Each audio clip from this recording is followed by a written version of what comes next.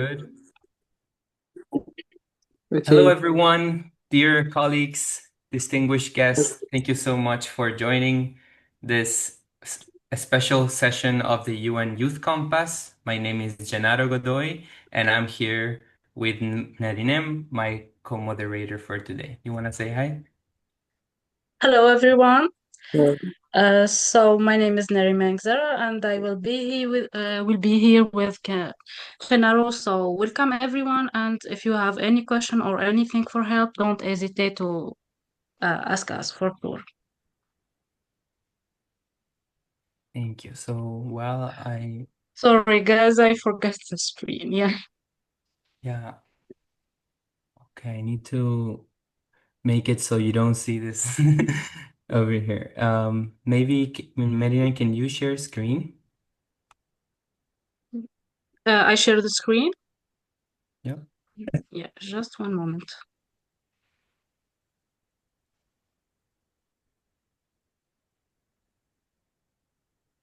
Can you see right now?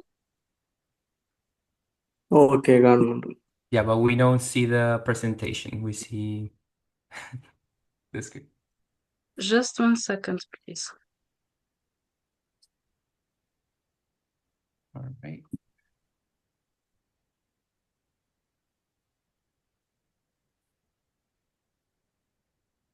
Just one moment, guys.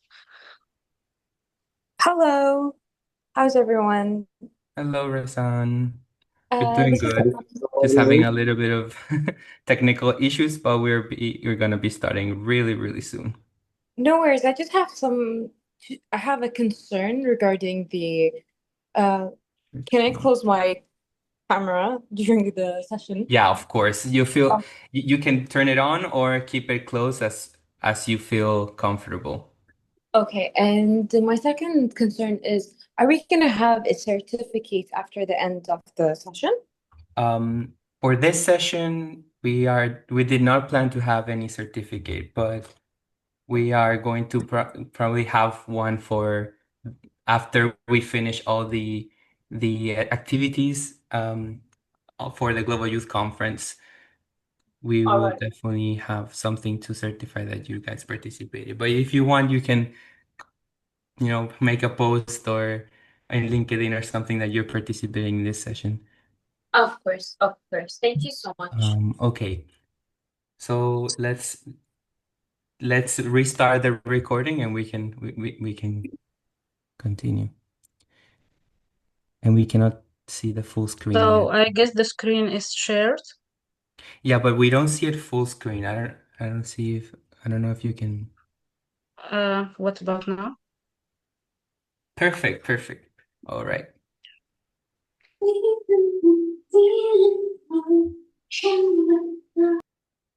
Hello, everyone. Thank you so much for joining today's session. My name is Gennaro Godoy, and I'm with my co-host, Nerinem. And today we are in a UN Youth Compass / virtual youth blast on the fourth conference on financing for development, where thank you so much for joining. Now, note that we have live captioning and sign language interpretation available, so you should be able to see it as well. You can click on the captions down below. Now, let's go through some safety issues. Adinem? Yes. So make sure your Zoom name is your name or the name of your organization. We invite you to turn on your camera if you're comfortable. So your mic muted and you will ask it to unmute when you're given the floor. So also use the chat to share the question and comment during the presentation, and translation also are available through the Zoom caption. Please turn on caption in any language. So for any technical issue, please contact the Zoom help, and the session is being recorded. Please take any precaution needed and be respectful and mindful of your language and behavior. So no hate speech or similar content. And please remember there is also minors under 18 on these calls. So take space, make space. We want to hear from everyone and take the free safe engagement at the UN training by UN available in 4 language. So for the icebreaker, Yeah. yes. Yeah, so we invite you to respond in the chat. How are you feeling today? And what do you think you're doing here? And what are your expectations for today's call? We are trying to make it also short so we can have enough time for our fruitful discussions. So yeah, feel free to answer in the chat. We will thinking to have a Mentimeter, but I guess it's better this way, right? So we can save time for our discussions.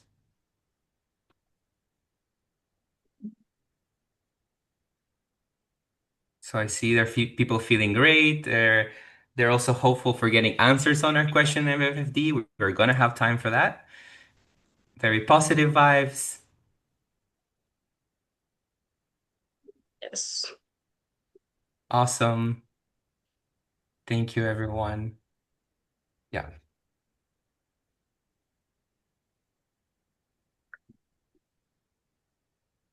All right. So maybe we can continue on the next slide. So just to introduce this event, this UN Youth Compass session is a continuation of many sessions that have been happening throughout the year and in collaboration with MGCY and the UN Youth Office.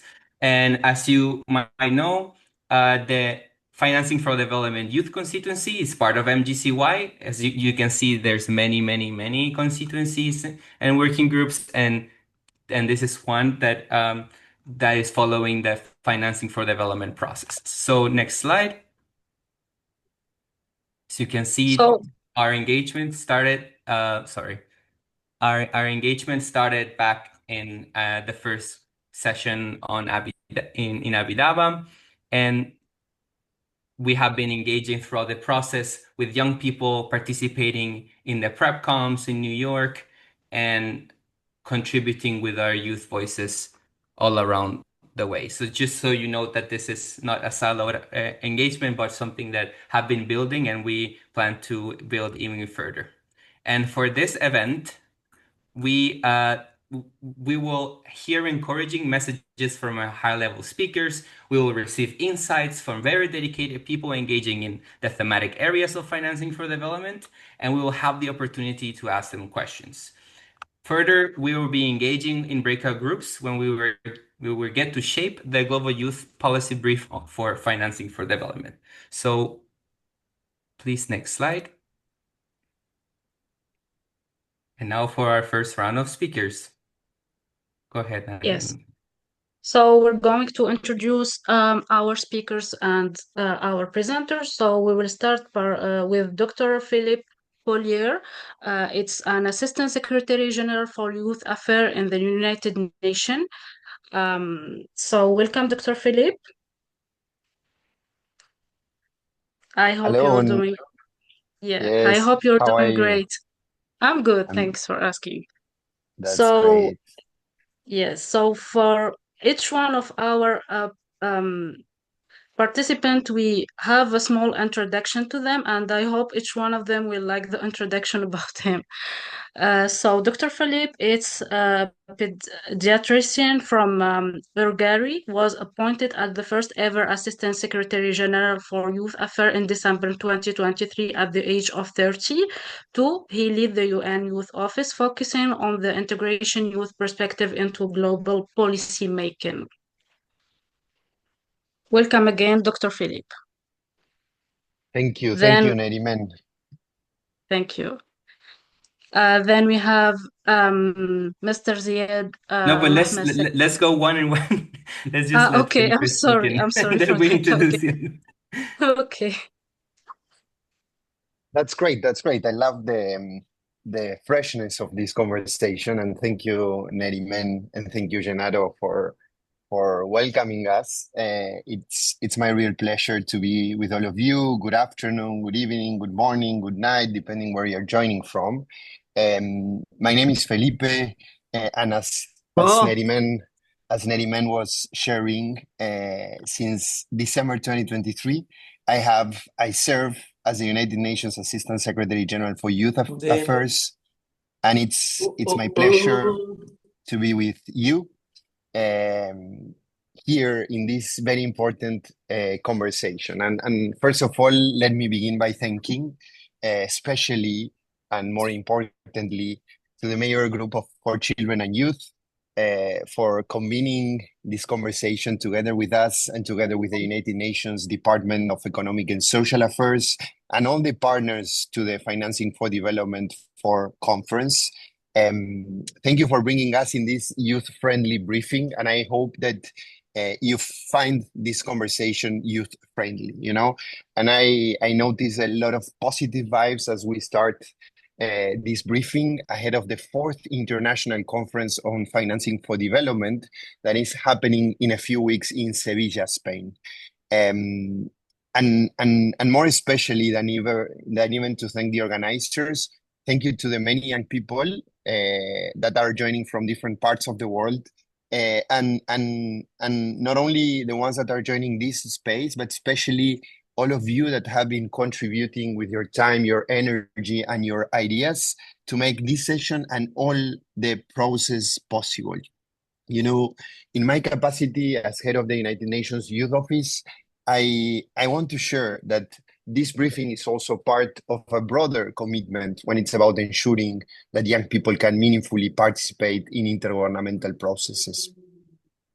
And as part of these efforts, we have recently launched the United Nations Youth Compass. The United Nations Youth Compass, it's our flagship initiative designed to help that young people can navigate what are very sometimes complex UN processes and that we can assure that the voices of young people are heard.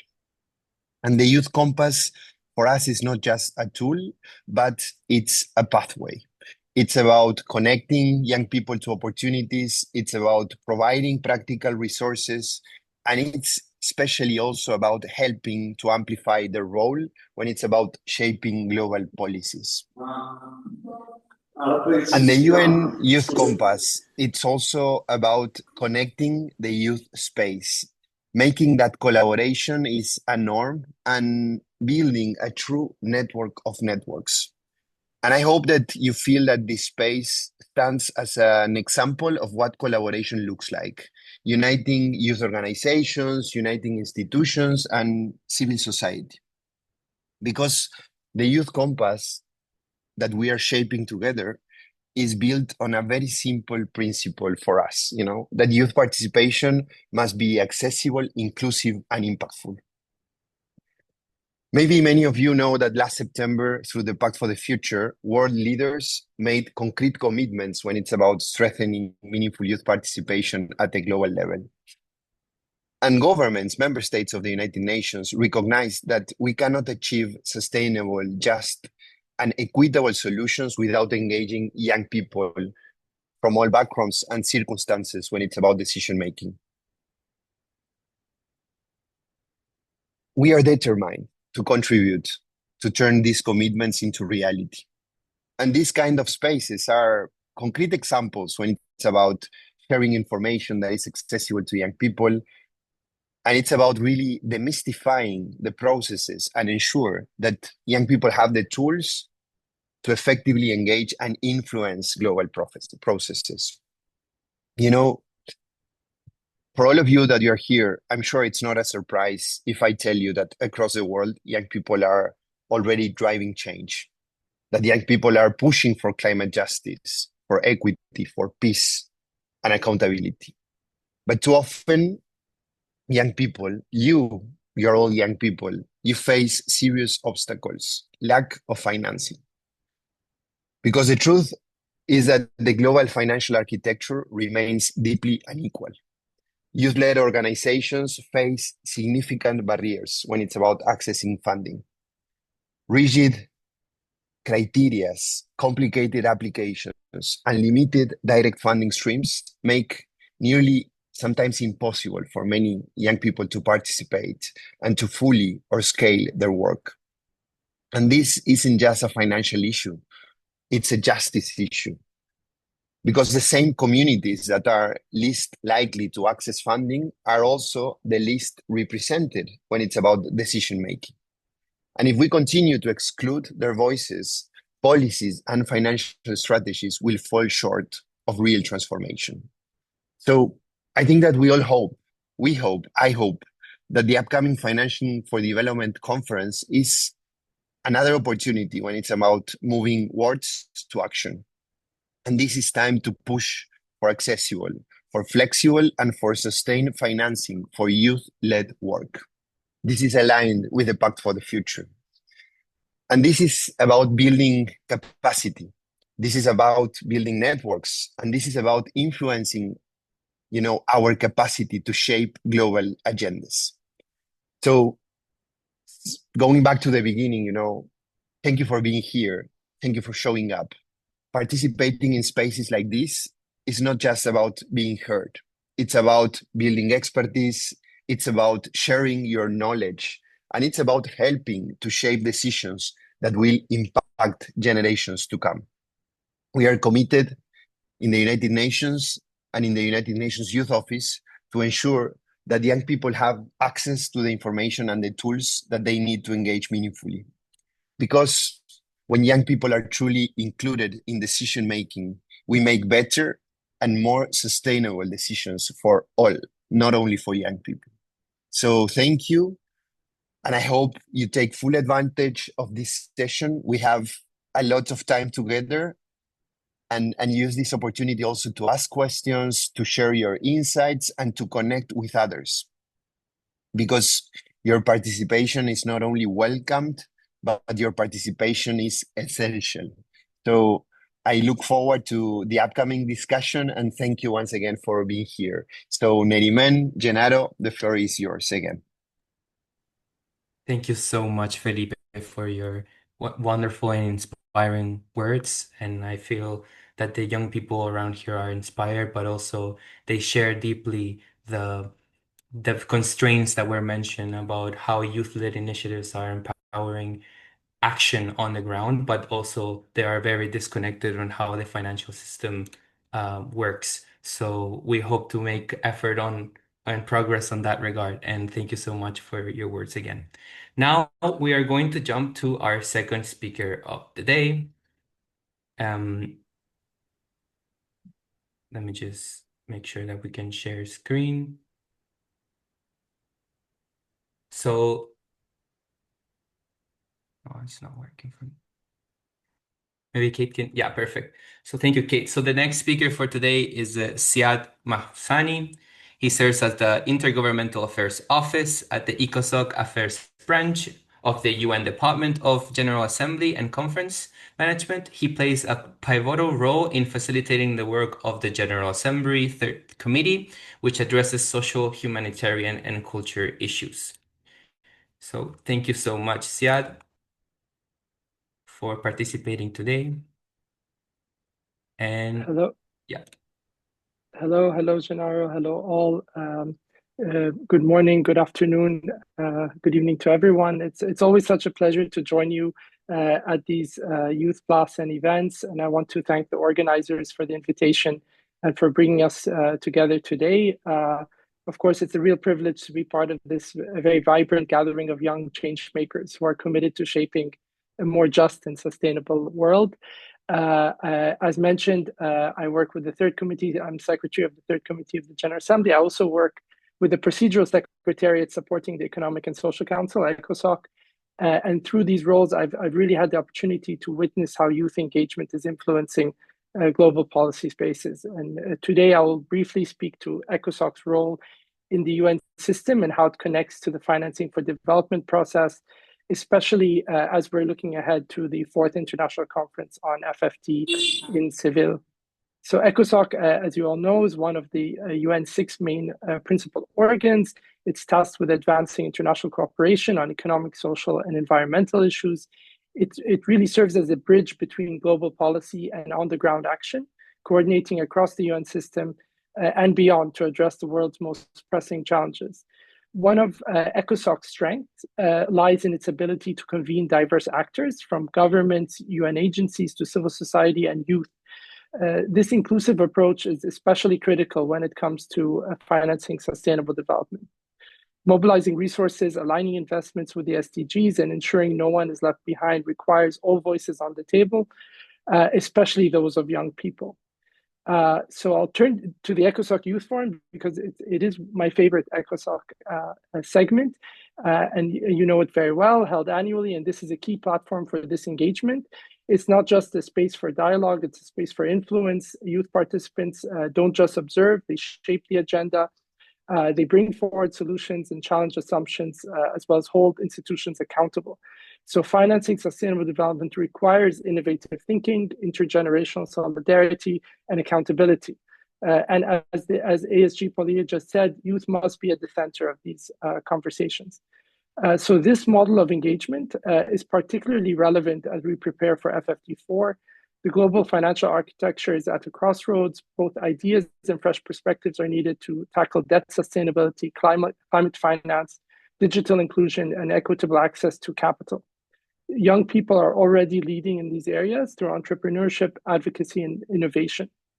The 2030 Agenda and the Pact for the Future both emphasize the need for meaningful youth participation in decision-making. Intergovernmental spaces should embody this principle by ensuring that young leaders engage directly with policymakers, such as at the Youth Forum, where youth are not a side event, but are equal partners in shaping the outcomes. So the follow-up to the intergovernmental, at the intergovernmental level, I should say, to the outcome of the third International Conference on Financing for Development, which was held in July 2015, the Addis Ababa Action Agenda occurs through the ECOSOC FfD Forum, which is the platform for intergovernmental review and discussion of the AAA's implementation. And also through the high-level dialogue on FfD, which is held under the auspices of the General Assembly. And this high-level dialogue showcases political support for financing sustainable development, and it's convened back-to-back with the SDG Summit every 4 years. So the HLPF also serves as a platform for reviewing and discussing the implementation of the Addis Ababa Action Agenda, including as relates to SDG progress. So I just wanted to highlight in terms of the FfD process in ECOSOC and the General Assembly. And as mentioned previously, this is all one flow from the ECOSOC cycle and the GA session. So the Youth Forum is, of course, an integral part of this flow. The FfD Forum is another one, and culminating in the SDG, where the overall review of the SDGs takes place. So this happens from April to July. So the specific follow-up mechanism for the fourth FfD conference will be outlined when the outcome document is adopted in Seville in July. As we look ahead to FfD-4, the role of youth in financing for development cannot be overstated. As I've said, whether it's advocating for climate finance, inclusive financial systems, young people are already leading the way. And so these events and the youth class are a powerful reminder of the energy, creativity, and leadership that you bring to the table. I've seen you over the years push boundaries, ask tough questions, and propose bold solutions. So your voices are of course, not only welcome, they're essential.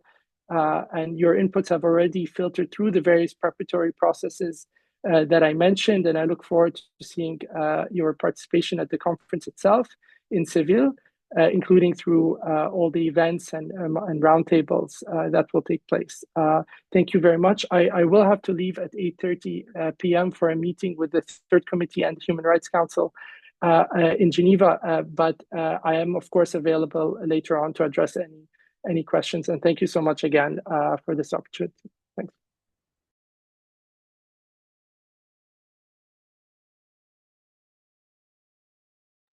Thank you, Dr. Zied, and thank you again for this valuable speech. So we pass to the next guest. Just 1 second, please.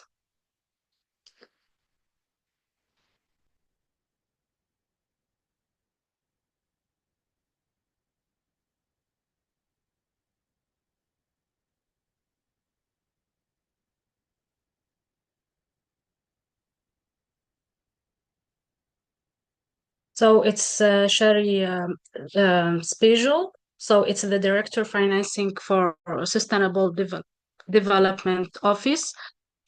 So she leads the Financing for Sustainable Development Office at the UN Department of Economic and Social Affairs. She oversees the UN flash GISP Financing for Sustainable Development report and has previously held position at Columbia University Lazard Asset and Management. So welcome, Cherry. Great, thank you. It's wonderful to be here. As the other speakers have said, it's a time when we're living actually in an incredibly challenging time, and it's a time when new ideas and creative ideas are needed more than ever. And so really, really happy to be here to have this conversation. I want to start more generally and talk a little bit about the financing for development process. Just maybe to start with that this year's it's really building on the Summit of the Future, and I think that the subline for the conference is going to be financing our future. So really underscoring the role of youth and the importance of youth and youth voices in this process. As you know, the environment that we're living in now is very complicated and very challenging for financing issues. There are aid cuts, there are increasing trade barriers, and there's increasing global macroeconomic volatility. And that has added to challenges we were already having, as you all know, in terms of climate financing and the SDGs, which are only 17% on track to being achieved. And there's been a lot of the research and thinking has really honed in on one of the biggest obstacles for financing the SDGs has been, for implementation of the SDGs has been financing issues. And so FfD-4 is coming at a time when there are enormous challenges. There's actually enormous geopolitical challenges making some of the negotiations very, very difficult, but also underscoring the importance of finding solutions now at this time. And the FfD process is one, it started actually in 2002 in Monterrey, Mexico. And it started with a thinking that financing for development, a lot of the focus on financing issues at that time were on aid, on official development assistance. And there is an understanding that development is not about aid. Aid is important, but development is something else. Development is about growth.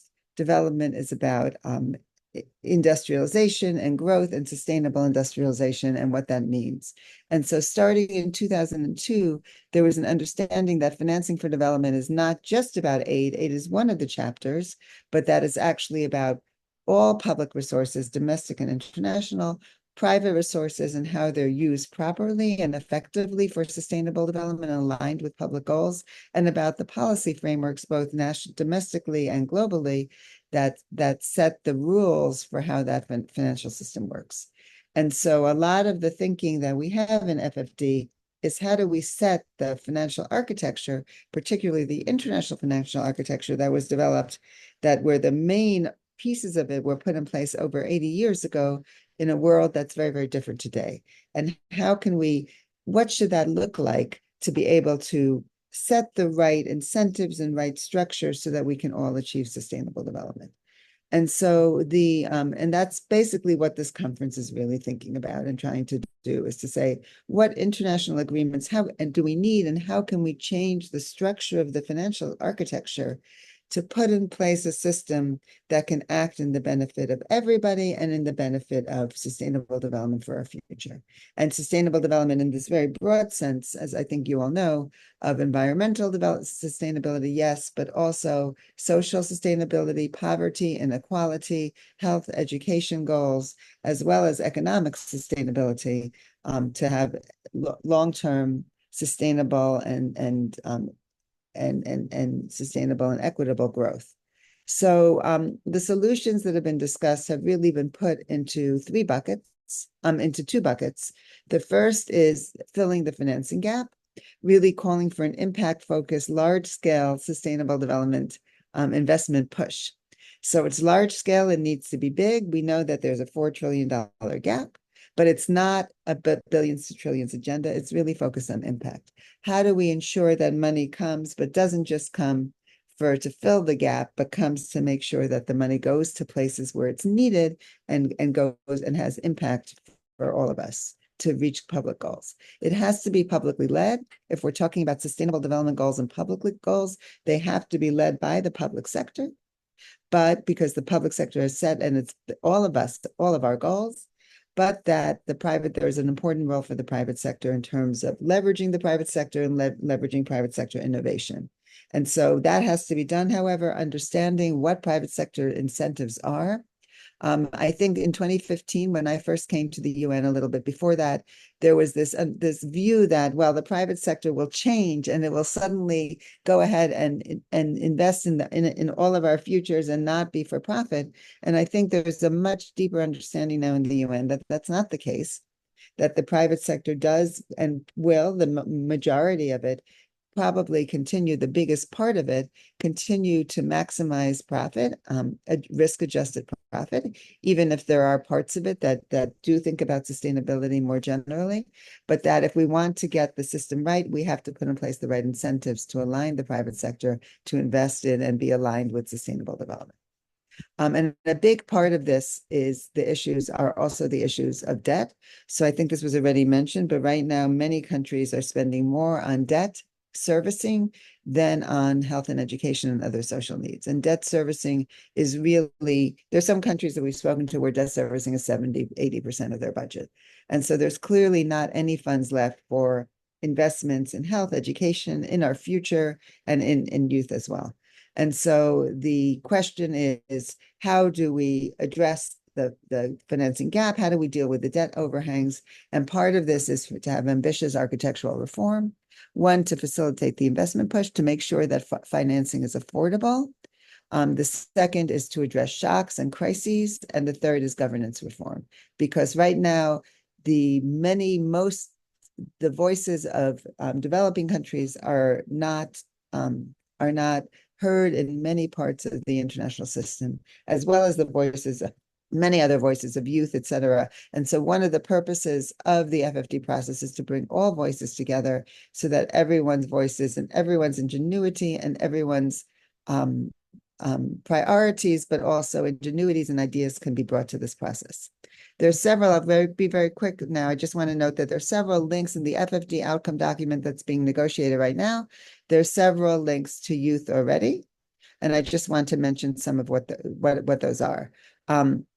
And this was really building on the recent ECOSOC Youth Forum in April 2025, where UN DESA organized a session on partnerships and financing for youth in the green economy. And so some of these ideas are, there's calls for strengthened efforts to boost entrepreneurship, to facilitate access to affordable finance for youth-owned businesses, to strengthen financial literacy and digital capacities, digital capacity building targeting youth. It urges initiatives to promote access to education, science and technology, and skills development for youth. There's an effort to foster innovation, to drive job creation, growth, and sustainable development. And it recognizes that financial institutions and public development banks have a really important role to play in enhancing access, expanding trade finance facilities, particularly to integrate youth-owned businesses into regional and global value chains. So FfD-4, we hope, is a platform for youth and others from civil society to contribute to discussions, engage with government representatives and policymakers, for youth delegates to come together, and with other relevant stakeholders in civil society and the private sector on FfD issues, financing for development issues. We're already planning several events organized by youth in Sevilla, both on-site and virtually. And we look forward to hearing your views and perspectives of youth across the world on the different FfD agenda action areas in the Global Youth Policy Paper, which is an expected outcome from this briefing. So thank you so much. And I give the floor back to the moderator and look forward to your thoughts and ideas and to future engagements. Thank you again for being here and for this powerful speech. So we pass to our next guest.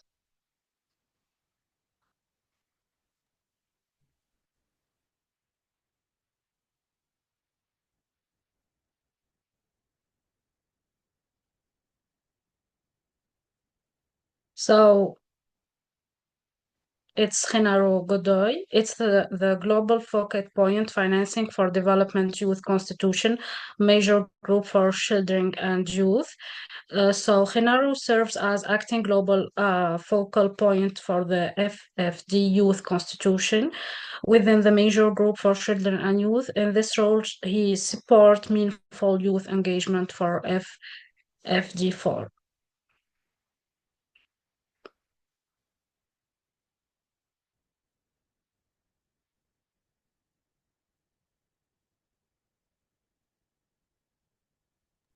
Thank you so much, Narinem. Yes, it's FfD Youth Constituency, and yeah, I've been proudly supporting the constituency for the past month as an acting capacity in order to support as much as I can meaningful youth engagement. So yeah, let me start by saying that, dear Excellencies, distinguished guests, friends, tribe, colleagues in achieving sustainable development and securing a livable planet for future generations. Being 2025 the year that science says that we need to reach peak emissions to keep 2 degrees alive, and with only 17% of the SDGs on track, we stand at a pivotal moment in modern history, where the decisions that we make today can mark the difference of maintaining hope or causing despair for future generations.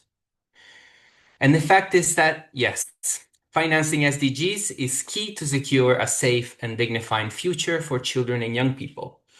But we also see that in climate, for example, only 2.4% of the finance that is disbursed is responsive for children and youth. And the truth that youth is empowered and they are on ground, but they're not real responsive metrics to account for it. It's like when you look at data, it doesn't exist. And this needs to change. We must push for example, with the Pact for the Future and the outcomes of FfD-4 to build coalitions, intergenerational coalitions that can achieve real systemic change for future generations. And as it was said before, it's not about aid. It's about development that can build a prosperous society that is resilient to the triple planetary crisis. The current international financial architecture, which was started being designed in the Bretton Woods back in 1944 to bring stability, is now outdated for the risks that the triple planetary crisis imposes in our global financial system and our economies. We have been warned about these effects in the past decades, but little action has been done in comparison to the challenge that we have ahead. With debt struggling, countries trying to adapt to climate change and create resilience to respond to these shocks, and future generations having to pay the price of the debt as future taxpayers. But colleague, that debt is not just with leading economies or financial institutions, it is with nature and the people that sustain our globalized world. It is the way that we think should change when we are addressing sustainable development. We need to rethink deeply what stands at the basis of trust and what premiums are accounted to make finance available. And I'll translate it in simple terms. The costs associated to financing a solar panel or an agroecology farm in a school in Tanzania cannot be exponentially higher than one in Switzerland, just because some country or the other doesn't have a triple A rating. Nature doesn't account for that. And colleagues, my final message is that youth pressing today came to be part in the design of this shift of the new financial architecture. And as we will have to implement this change in this next decades, we encourage us to embrace intergenerational equity as a solution to aligning the new financial system that we are key in part of the foresight equation. So let's build a new architecture that is fair between nature and future generations. Well, thank you so much. Back to you, Nerimin.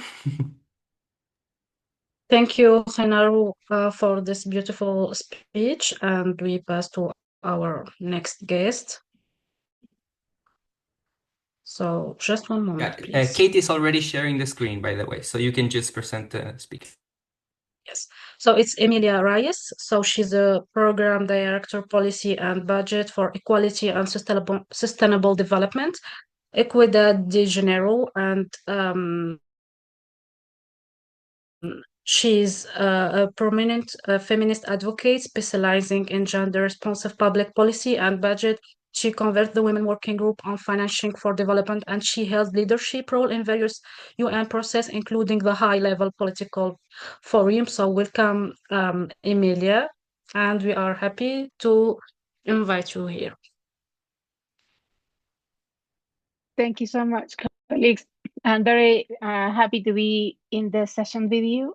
I'm not convening the Women's Working Group on FfD anymore. I'm the co-lead of the Ecological and Finance and Climate Finance work stream in the FfD mechanism for civil society. So I think the session is very timely, and I want to congratulate you all for being concerned about this back in the lead up to ADES. The Children and Youth Major Group and many youth constituencies were very much involved in this process. And the situation that has been happening now globally with the multilateral system being at the heart of many tensions, I think it's a signal as well that the old order cannot sustain as a solution for the problems that we're seeing nowadays. The FfD process is very interesting because what we do is try to shift the rules of the game. You know, money has two dimensions, one legal and one monetary, one economic, meaning the money can be exchanged to buy, to get things. But there is another element of economy that is the rules of the game. So FfD is pretty much about the rules of the game.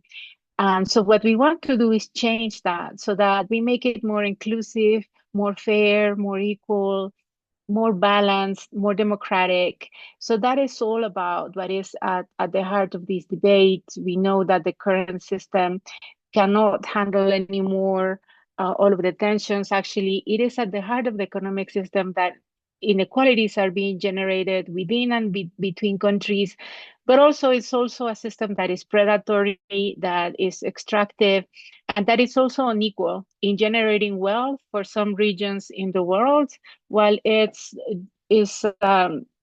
setting the fate of the lives of people and planets in other regions with much more disadvantage. So what we are trying to do is to really shift, as has many speakers have said already, shift the balance, especially on the global financial architecture. As civil society, we understand that this is a unique and historical opportunity. And so we are trying to say, what are the possibilities to build a new architecture in which the world can start steering towards a better world? Let me put you an example. The issue of debt has been mentioned already.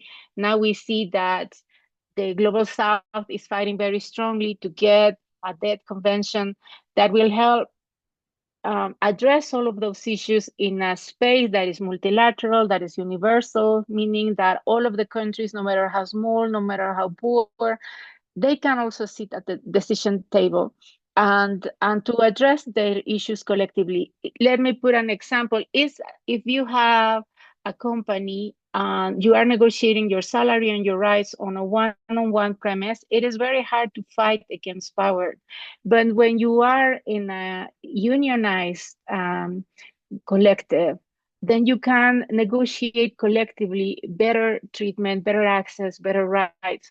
So that is precisely what we are thinking, that the debt convention is a space in which if everybody has the same power, the same voice, the same decision making, but also if everybody are devising the rules and the mechanisms through which the debt crisis is solved, then it would be in a more fair way rather than having predators deciding the fate of millions of people across the world. So the Debt Convention is one of the major demands that civil society has, and luckily the G77 has taken this demand. So in the lead up to Sevilla, we see that this is one of the three major fights that will be settled in the FfD outcome. So we are actually coming from the negotiations in New York.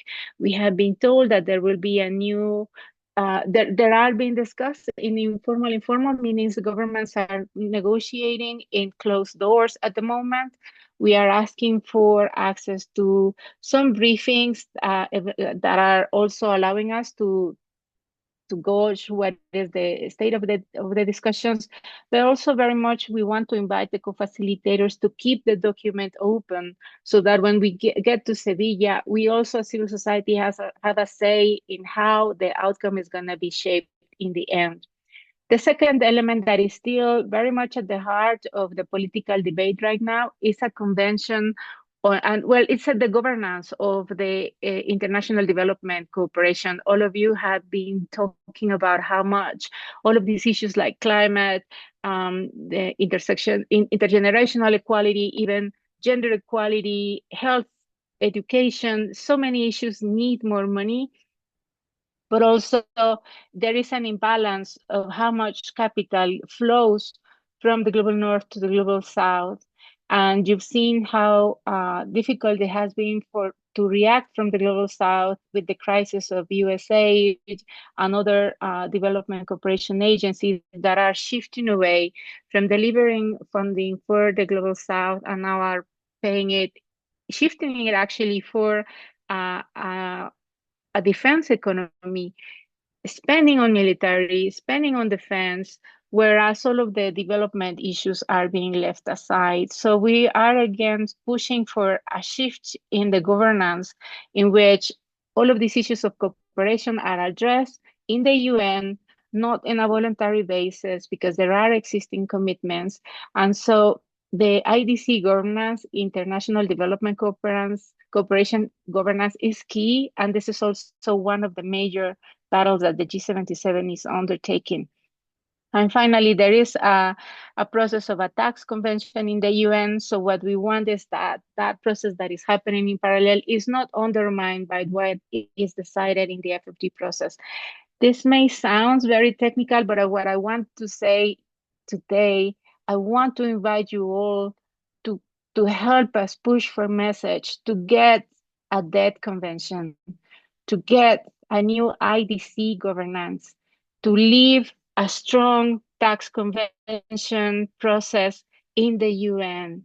So these are the major fights at the moment. I can share in the chat what is the link to the civil society mechanism on FfD so that you can share our messages, our positions, but also the major group of children and youth has been engaged very strongly in the process as of late in the PrepCom, in the intersessionals. So very much look forward to seeing how this cooperation can strengthen together. And we also very much stand aligned with the demands of the youth, but also with indigenous peoples, with peoples with disabilities, and all of that. All of us together are stronger when we are in a collective rather than alone. So very much look forward to cooperating together. Thank you. Thank you so much, Emilia, for those warm words as well of cooperation and synergies building. I want to invite all of our previous speakers so far to turn your cameras and so we can have a very small quick Q&A from our youth that have been asking a lot of questions in the chats, and we do want to make it as engageful and as possible. So we're going to read some of these questions that we have been collecting. So the first one being, while institutional youth programs highlight inclusivity, the barriers faced by youth from the Global South, limited digital access, visa restrictions, funding disparities still persist. As someone who has led initiative bringing digital education gaps and mobilizing climate awareness, I wonder how selection mechanisms can be further democratized to prioritize field-driven impact over institutional affiliation. That's an interesting question. It says also, what reforms is UN DESA considering to ensure that capable, committed youth, regardless of geography or privilege, are empowered to co-lead global development efforts? I'm gonna read others as well, so we can have time to respond all of them. Um, how do you think that we can address and bridge the gaps mentioned to create meaningful, lasting change? So a more actionable kind of answer to that. How would you justify disconnecting between policy drafting and implementation when it effectively silenced transformative proposal for marginalized communities? Wow, that's a very tough question about how do we make the connection between the policy and the implementation so it can really reach uh, marginalized communities. And it says, if youth contributors are merely advisors and lacking influence, can UN agencies still claim to empower tomorrow's leaders? Wow, very challenging questions from our audience, and we will appreciate a lot if we can have some comments from our speakers. So who wants to start? Either Felipe, Shadi, to give us a little bit more encouragement. Happy to jump in, Genaro, and thank you to all the speakers for their very clear, positions and clear points also.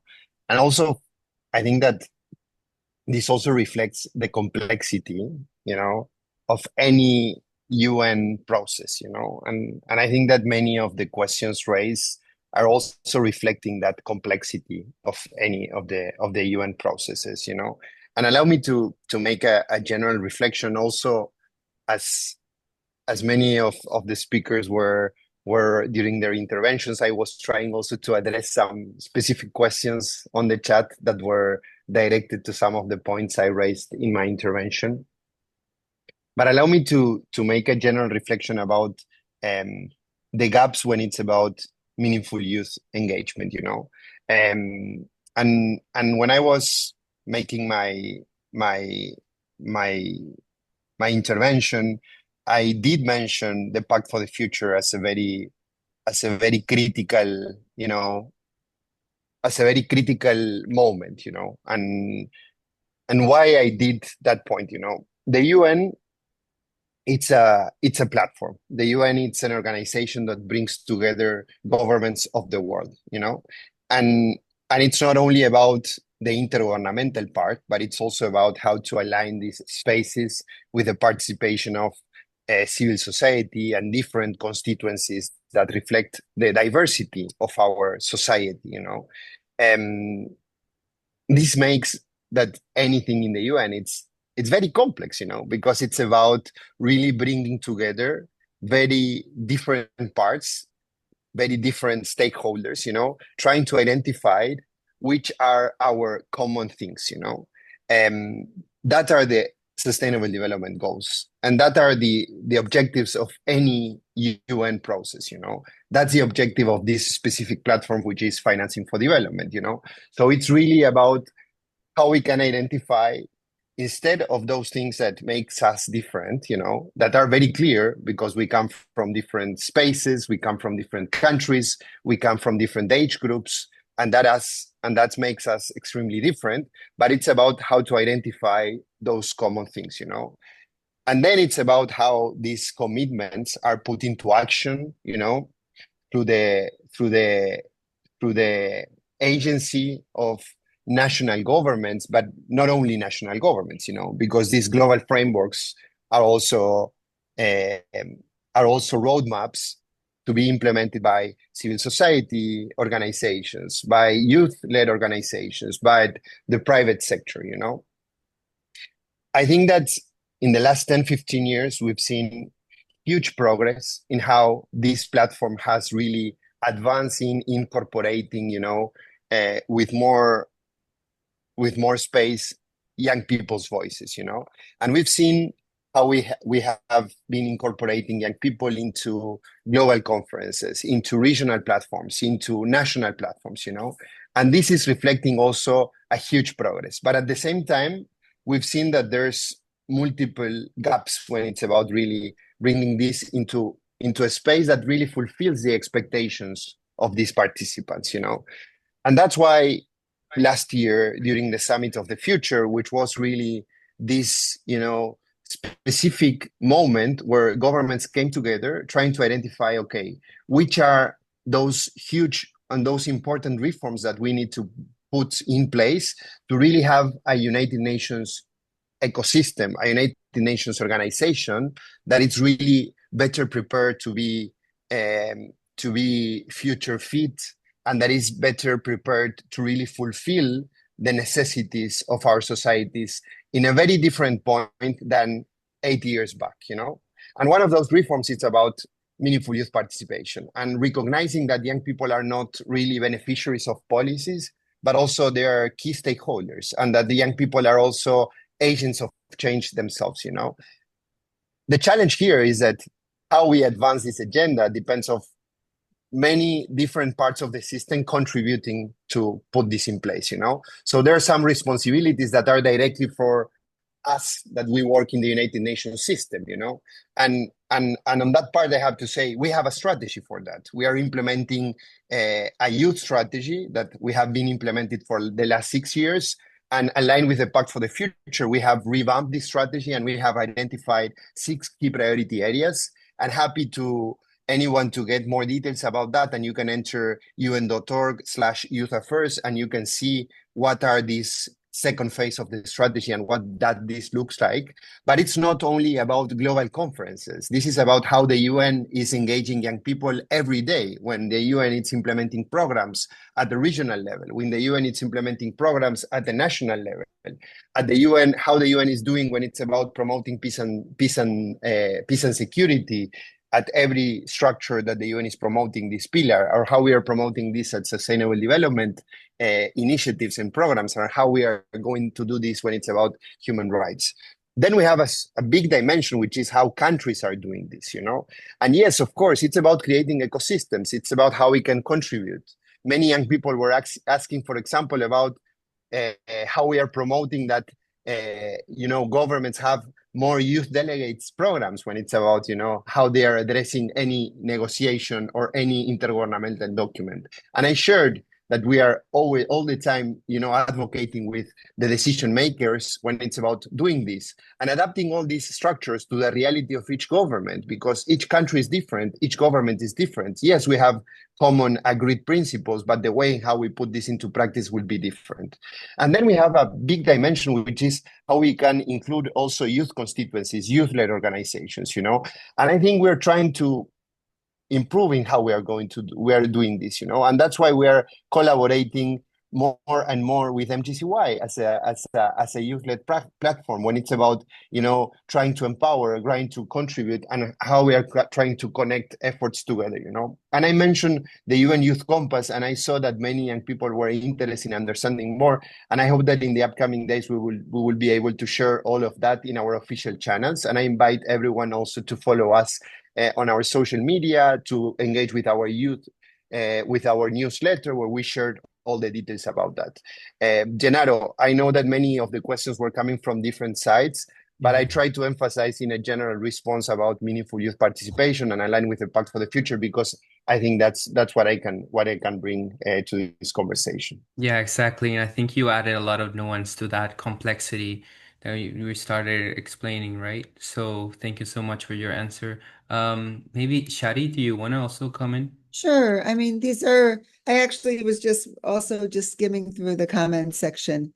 And I think that the whole process of how voices get into the decision making is obviously really challenging. And it's a challenge that we've all faced forever, that how in policies, frameworks, etc., who leads these processes, and they are limited in voices. So I think that this is the questions that you're asking about youth participation go beyond, as Felipe just said, beyond UN conferences and beyond. It's not just about the conference, it's just one moment, but there's a bigger question of bringing voices into the discussion and how that happens, and bringing youth voices and other voices in to implement decision making. And I mean, it's something we've all, those of us who are older, have been thinking about forever, our whole lives, of how do you, how does change happen, and how do you make it happen, and how do you bring voices into making things happen? And these are really complicated. These answers aren't so simple. So the specific answers of how is UNDESA going to do these things, this is actually, UNDESA doesn't, in terms of who comes to conferences, et cetera, we don't decide that. So that goes through a whole process. There's a complicated bureaucratic UN process of how different organizations get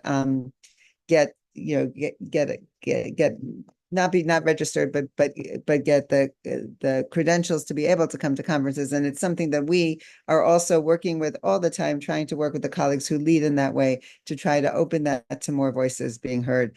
And I think that when I look at Felipe, I think that, at least from where I sit, that there's been so many efforts over the past years to try to open this up and to try to have a more inclusive processes at the UN to discuss these issues. And I can just also add that a lot of these decisions, even when there are agreements, and this is the question of implementation, how do you go from an agreement to implementation? Even when there are agreements in the UN, it doesn't mean that, even before we talk about what national governments do, it doesn't even mean that the international system is going to implement them. So you can have agreements in the UN that mean that the IMF or World Bank have to take actions, and they won't necessarily do that. So there are a lot of places of how does one bring voices in, and then how do you bring inclusive voices in, and how do you go then from having those agreements to actual action, which we really are looking towards the people in this room to help lead on this and to bring ideas together to do that. Thank you so much, Shadi. In order to make it even more inclusive, Emilia, if you also want to come in on the topic. Yes, thank please. you. I think there are also a lot of questions about the heart of the matter, right? About how to transit out in this moment from an economy of war and disruption to effective implementation. And that is at the heart of what is happening at the moment. FfD is about shifting the decision making in the hands of those who have power and money, and make it democratic so that everyone sits at the table. So this is very key, and this is why we want and we need all of your support.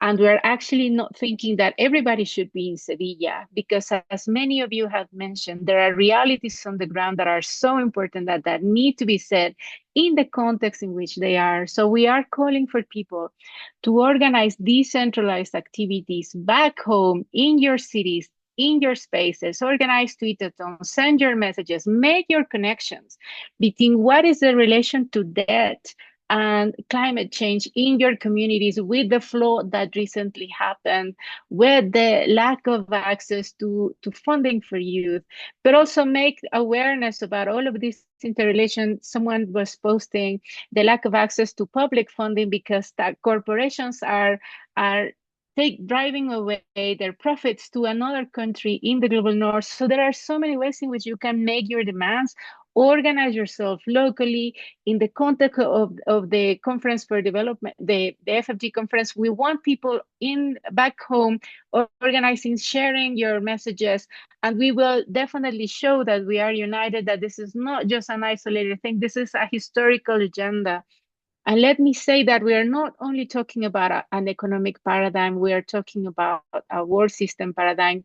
We know how women subsidize the economy through their unpaid domestic and care work. But we also know that second after women, it's the youth that are doing most of the unpaid work in their communities, in their collective efforts. So it's very important to visualize all of these contributions and how we really want to shift the economy towards one that does not privilege profits and one that privileges people and planet. The same with indigenous peoples, they're upholding biodiversity at the moment. So this is a time in which we need to send our messages of what is the type of economy we want. We don't want the wealthy countries deciding for the fate of people and the planet. This is a very important moment. I pasted the link of the civil society movement space. So just we want to build a movement. We want your voices back home. Don't feel that your voice is not included just because you're at home. You are where you should be at. And that is where a place, maybe through the children and youth major group and other constituencies that are so important. We need to make noise around the world to say that this is not just a meaningless UN conference. This is a historical moment, and the fate of all of us is at stake. We want to have a new international financial architecture, and we hope to get it now. Thank you. Well, wonderful and inspiring words. Thank you so much, Emilia. You think you nailed it over there because it's not just about participating in a conference and sitting with people with suits. It's about from the bottom up approach and how we change our society. Everyone has to be on board. We need to build those coalitions from our communities, from our political systems. And yeah, so it's not just participating on this, but it's all combined. And thank you so much because it's so important sometimes to say it as well and to collaborate because double work is it affects the time of the essence, they say, and we really don't have time to make systemic change, and so we need to do it now. And sorry for taking more time. So I wanted to make it even more inclusive and maybe ask some three more questions, but only if people have time of hearing the speakers. If we can give the mic now to people that have been raising their hands, been waiting patiently to speak. So I will ask to unmute first Sadia Adaya, and please let's make it very concise so we can go to the second set of speakers. Hello, thank you very much for the opportunity. Good morning, good afternoon, good evening, everyone, regardless of where you are. So I wanted to speak about, we youth from the Global South that are not being given opportunity, visa appointments or even visas to attend global conferences, like even when officially accredited. And so how can we drive change in our societies when we are denied access to the very spaces where decisions about our future are being made? Yeah, so and also many countries still don't have official UN delegates, and youth like us are stepping up through efforts like the Global Youth Delegate Campaign to change that.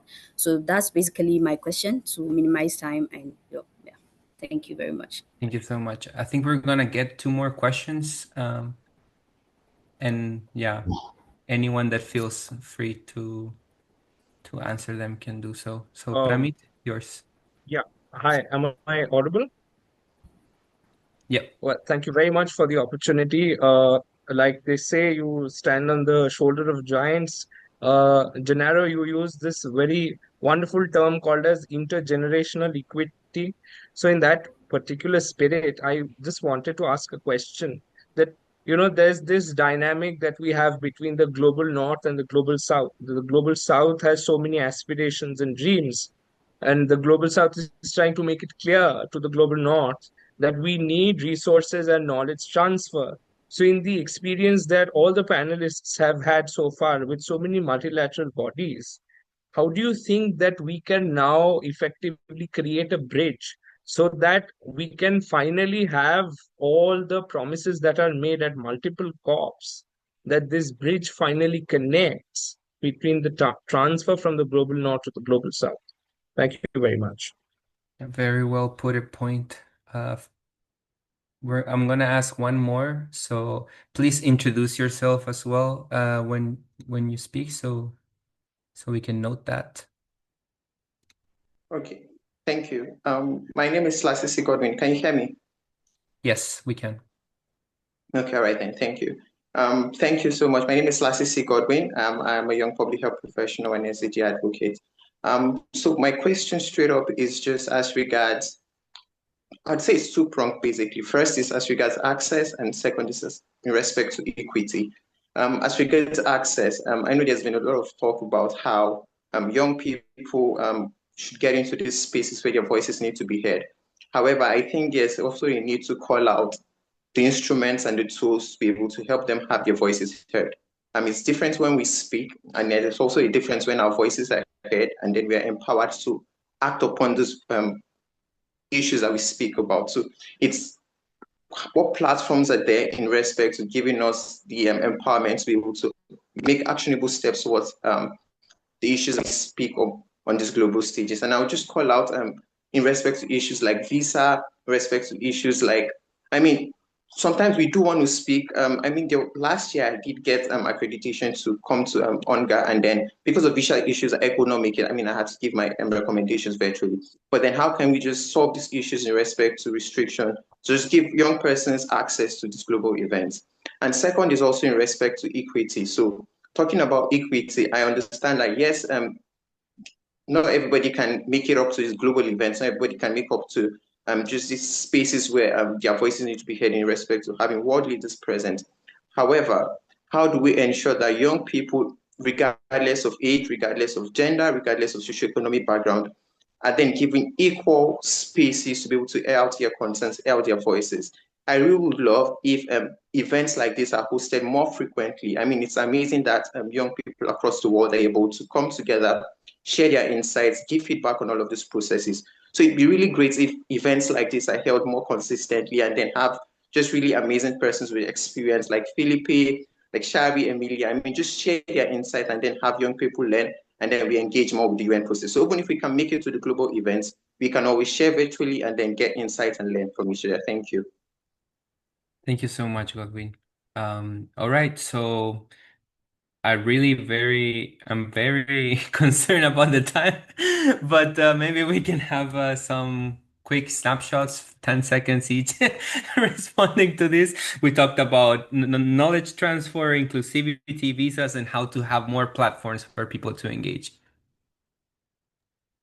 I can start quickly. Thank 10 you so seconds. much, Sadia, Pramit, Lasisi. I wanted to say that on the issue of Pramit, definitely the Global South aspirations are at stake in the FfD process. We want to change how things are working so far. There is actually a chapter in FfD that talks about technology, and the issue of technology transfer, intellectual property rights is very important. And so we're trying to get autonomy from that end, the right to develop our own technology. So that is so important. But also there is another chapter on trade, on how the current dynamics are also blocking our countries from developing our industrial policy from the ground up, and how the trade sometimes is very unfair, even though it could be a driver for development. Sometimes the rules are very unfair. So I just really want to encourage you all to really engage also in substance, in recognizing, for instance, that trade could also be very harmful for the environment, for the ecology. Now we have surpassed 6 out of 9 planetary boundaries. So we definitely need a comprehensive view, and we definitely need the voices of youth who are very much impacted at the moment by all of these crises. So we look forward to hearing from you. As I said, all of the civil societies organizing across the world. Definitely the issue of visas is an obstacle that we are seeing, and this is why we're trying to propose a plan B to organize at home, while we are also trying to tackle the issue of visas, because you're totally right. Having this in these spaces with limited access can also be very frustrating. At the same time, the powerful voices across the world can also send a message, and this is what we're counting on. So as I said, look forward to engaging with you all in the lead up to Sevilla and further. Thank you. Yep, thank you so much. That was amazing. Any last words? Yeah, I'll just add something really quickly and I think this is really building. I think Godwin said this, and having these conversations is also a start. And having virtual conversations, I think we can have more. I certainly am happy to come. The experts from my division are happy to come and to have substantive conversations on so many of these issues that Amelia was just noting, like the issue of technology. I think someone mentioned technology transfer. These are really tricky questions, but there are ideas out there, and how do we get those ideas to be amplified? How do we get more ideas, have those discussions, and then find ways to advocate for those changes to happen? And so I think we from the Secretariat are really happy to have more conversations, to have more virtual conversations, and then to try to bring those ideas together to the processes, even when there are visa problems and other problems that inhibit active participation in person. And also the Global Youth Policy paper, let's have more of those. Let's more papers that come in that we can bring and share and have, and as a basis for discussion could also be really helpful. And I think all of us from the Secretary and the UN side are really happy to have those conversations and to bring more ideas in, because as these are challenging times for everybody in every sense, and these are big bureaucracies and they're hard to break, but let's try to find ways to do it that will work, and in the near term, while we work to change some of the bigger issues in the longer term. Thank you, Sherry. We're definitely gonna share you our youth policy brief once it's done. It's gonna be very foresight oriented, let me tell you that. Felipe, your last 10 seconds. No, thank you. Thank you, Shari. Thank you, Amelia. I think both of them were extremely clear. I think, I would make my emphasis on also trying to look at the half full glass of the situation. If we compare now, how open UN global platforms, how open regional platforms, how open also national processes are compared to 10, 15 years back, we've made huge progress. We have still many gaps. Yes, it's true. When it's about global events, it's very clear that visas barriers are on the table. How we can address them. Yes, we have the formal spaces, and believe me that this is a point we all the time raise to member states when it's about understanding that whenever there's a global conference, also there's a responsibility from the host country when it's about really addressing and giving the opportunity to the diverse voices of the world to be able to be attending these platforms. But of course then, for us, people as Shadi and me, that we work for the UN, and we serve all of the member states of the organization, we have some limits of what we can do or we cannot do. We're trying to, kind of do business not as usual, and that's why we are trying to promote, and we are always trying to collaborate when we are able to join these kind of conversations, these kind of platforms, trying to really bring our efforts together and trying to build our collaboration. Youth participation is very diverse. There's not one way of participating when it's about young people being part of something. It's not that the only way of young people to participate is through a formal youth delegate program within a delegation of a government, or it's the only way to participate is through MGCY platform. The truth is that what we need to promote is to create different avenues for young people to participate and continue to try and continue to really make the structural changes. I think we're trying. I think we are making progress, but it's clear that what we are hearing is that the progress is not enough. So let's continue. And what I can say is that we're on the same team. We're all of us, we're trying to collaborate and we're trying to promote things together. So I think, as I said at the beginning, I think the power is in our collaboration. We're all coming from different spaces. We're all coming from different sides. We all have different responsibilities, but the truth is that we need to bring these coalitions, these collaborative platforms. So I think as we have all the time worked with MGCY, we're here to support what you're doing. We're not here to substitute what you do. We're not here to change what you do. It's really about how an institutional structure, and the ones that work for the UN, we are part of the institution, how we can support, this participation to be more effective and to be more structured. Thank you so much for those real answers. So, okay, time is of the essence. We thank so much for our distinguished guests. We're gonna go to the next the next set of speakers, so we can also engage meaningfully with them. And yeah, so next one on list, and because she has to also leave for another meeting, is Bianca Garvin. She's a representative of the Young Finance and Markets Working Group, particularly on the subgroup on the synergies between Article 2.1c and the International Financial Architecture reforms. So welcome here again. Here is Bianca, and the floor is all yours. Thank you, Jen, and thank you everyone for the remarks. It's been really insightful so far and an honor to be here. And it's great to be representing the Young Finance and Markets Working Group here. I know that I'm in a broader group and you may not be so familiar with with climate and climate finance. So I think I want to start by saying that climate is really costing livelihoods and hindering economic development strongly everywhere in the world. A very sort of concrete example is that the effects of climate change, whether it's droughts or floods, are damaging crops. I think we've all seen it. Our cup of coffee is getting more and more expensive.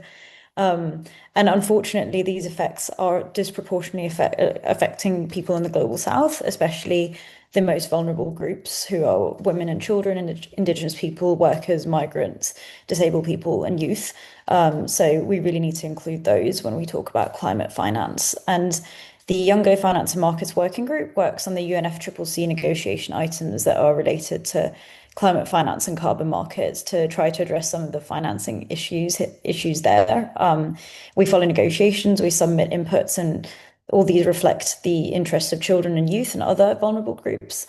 And we also organise capacity building sessions. So that's what we do within the UNFCCC, but we also have a remit that goes beyond that. We engage in the international financial architecture reforms and financing for development, which is why it's great that we can be part of this group.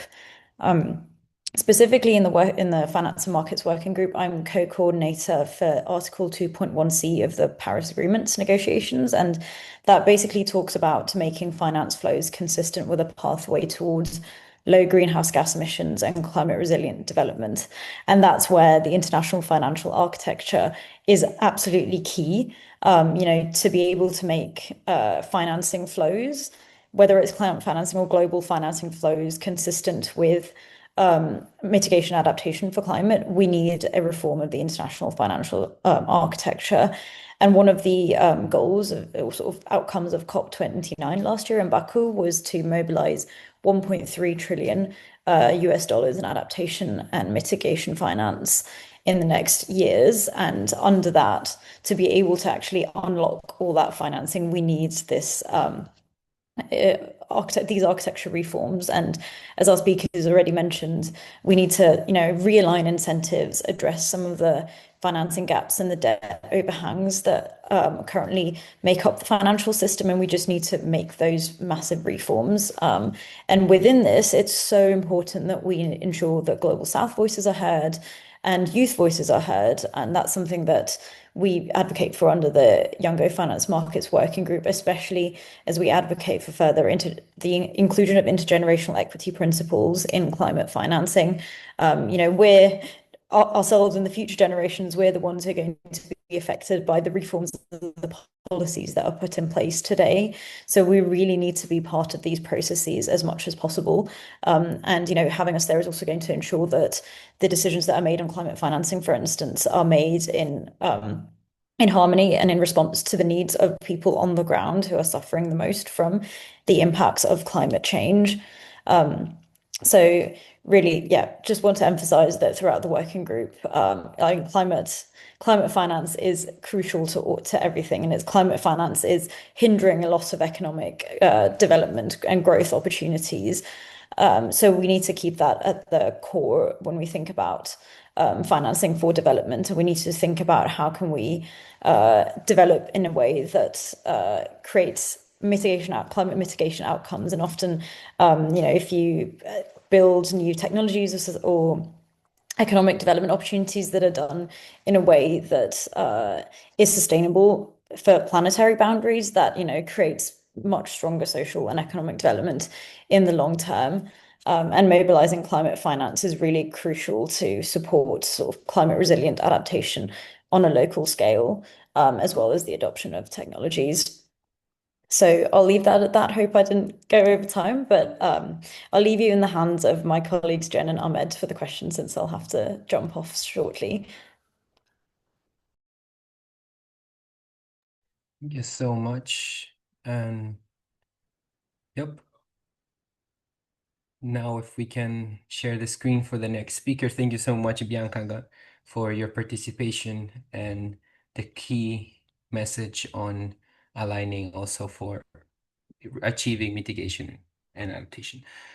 So our next speaker is Nicole Maloba. She's a lawyer and policy researcher dedicated to bridging the gap between localized efforts to promote women's socioeconomic rights and broader initiatives to reshape economies through legislative gender reforms and feminist macroeconomic analysis.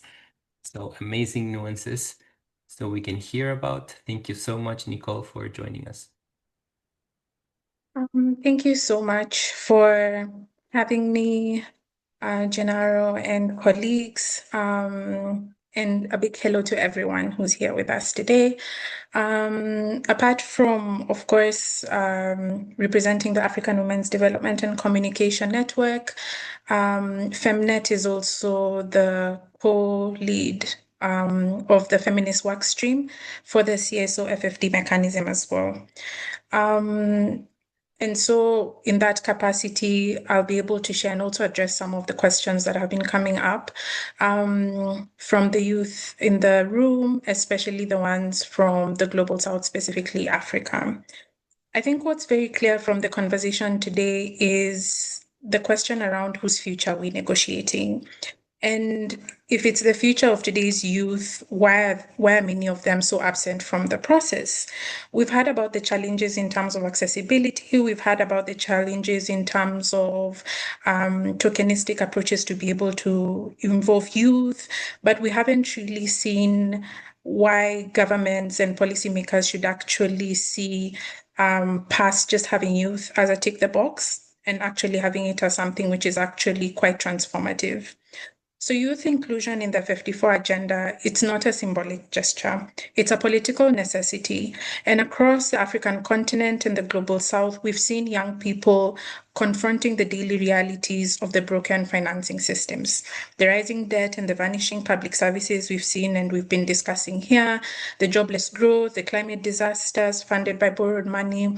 These conditions are not abstract. They're personal and they shape the lives that we live, how we learn, how we care, and most importantly, how we dream. Young people are not always passive observers, and we've seen them leading struggles for justice. I'm Kenyan, and we saw how in news last year in Kenya, the Gen Z organizers mobilized national protests against the finance bill that was threatened to deepen inequality through regressive taxation. We saw digital activism organized on platforms like TikTok, Instagram, which was bold, intersectional, and effective. The result, the bill was withdrawn. And so we've seen that youth voices can be translated into policy change. And just as we've spoken about, how can we make sure that our contributions move even beyond the FfD agenda?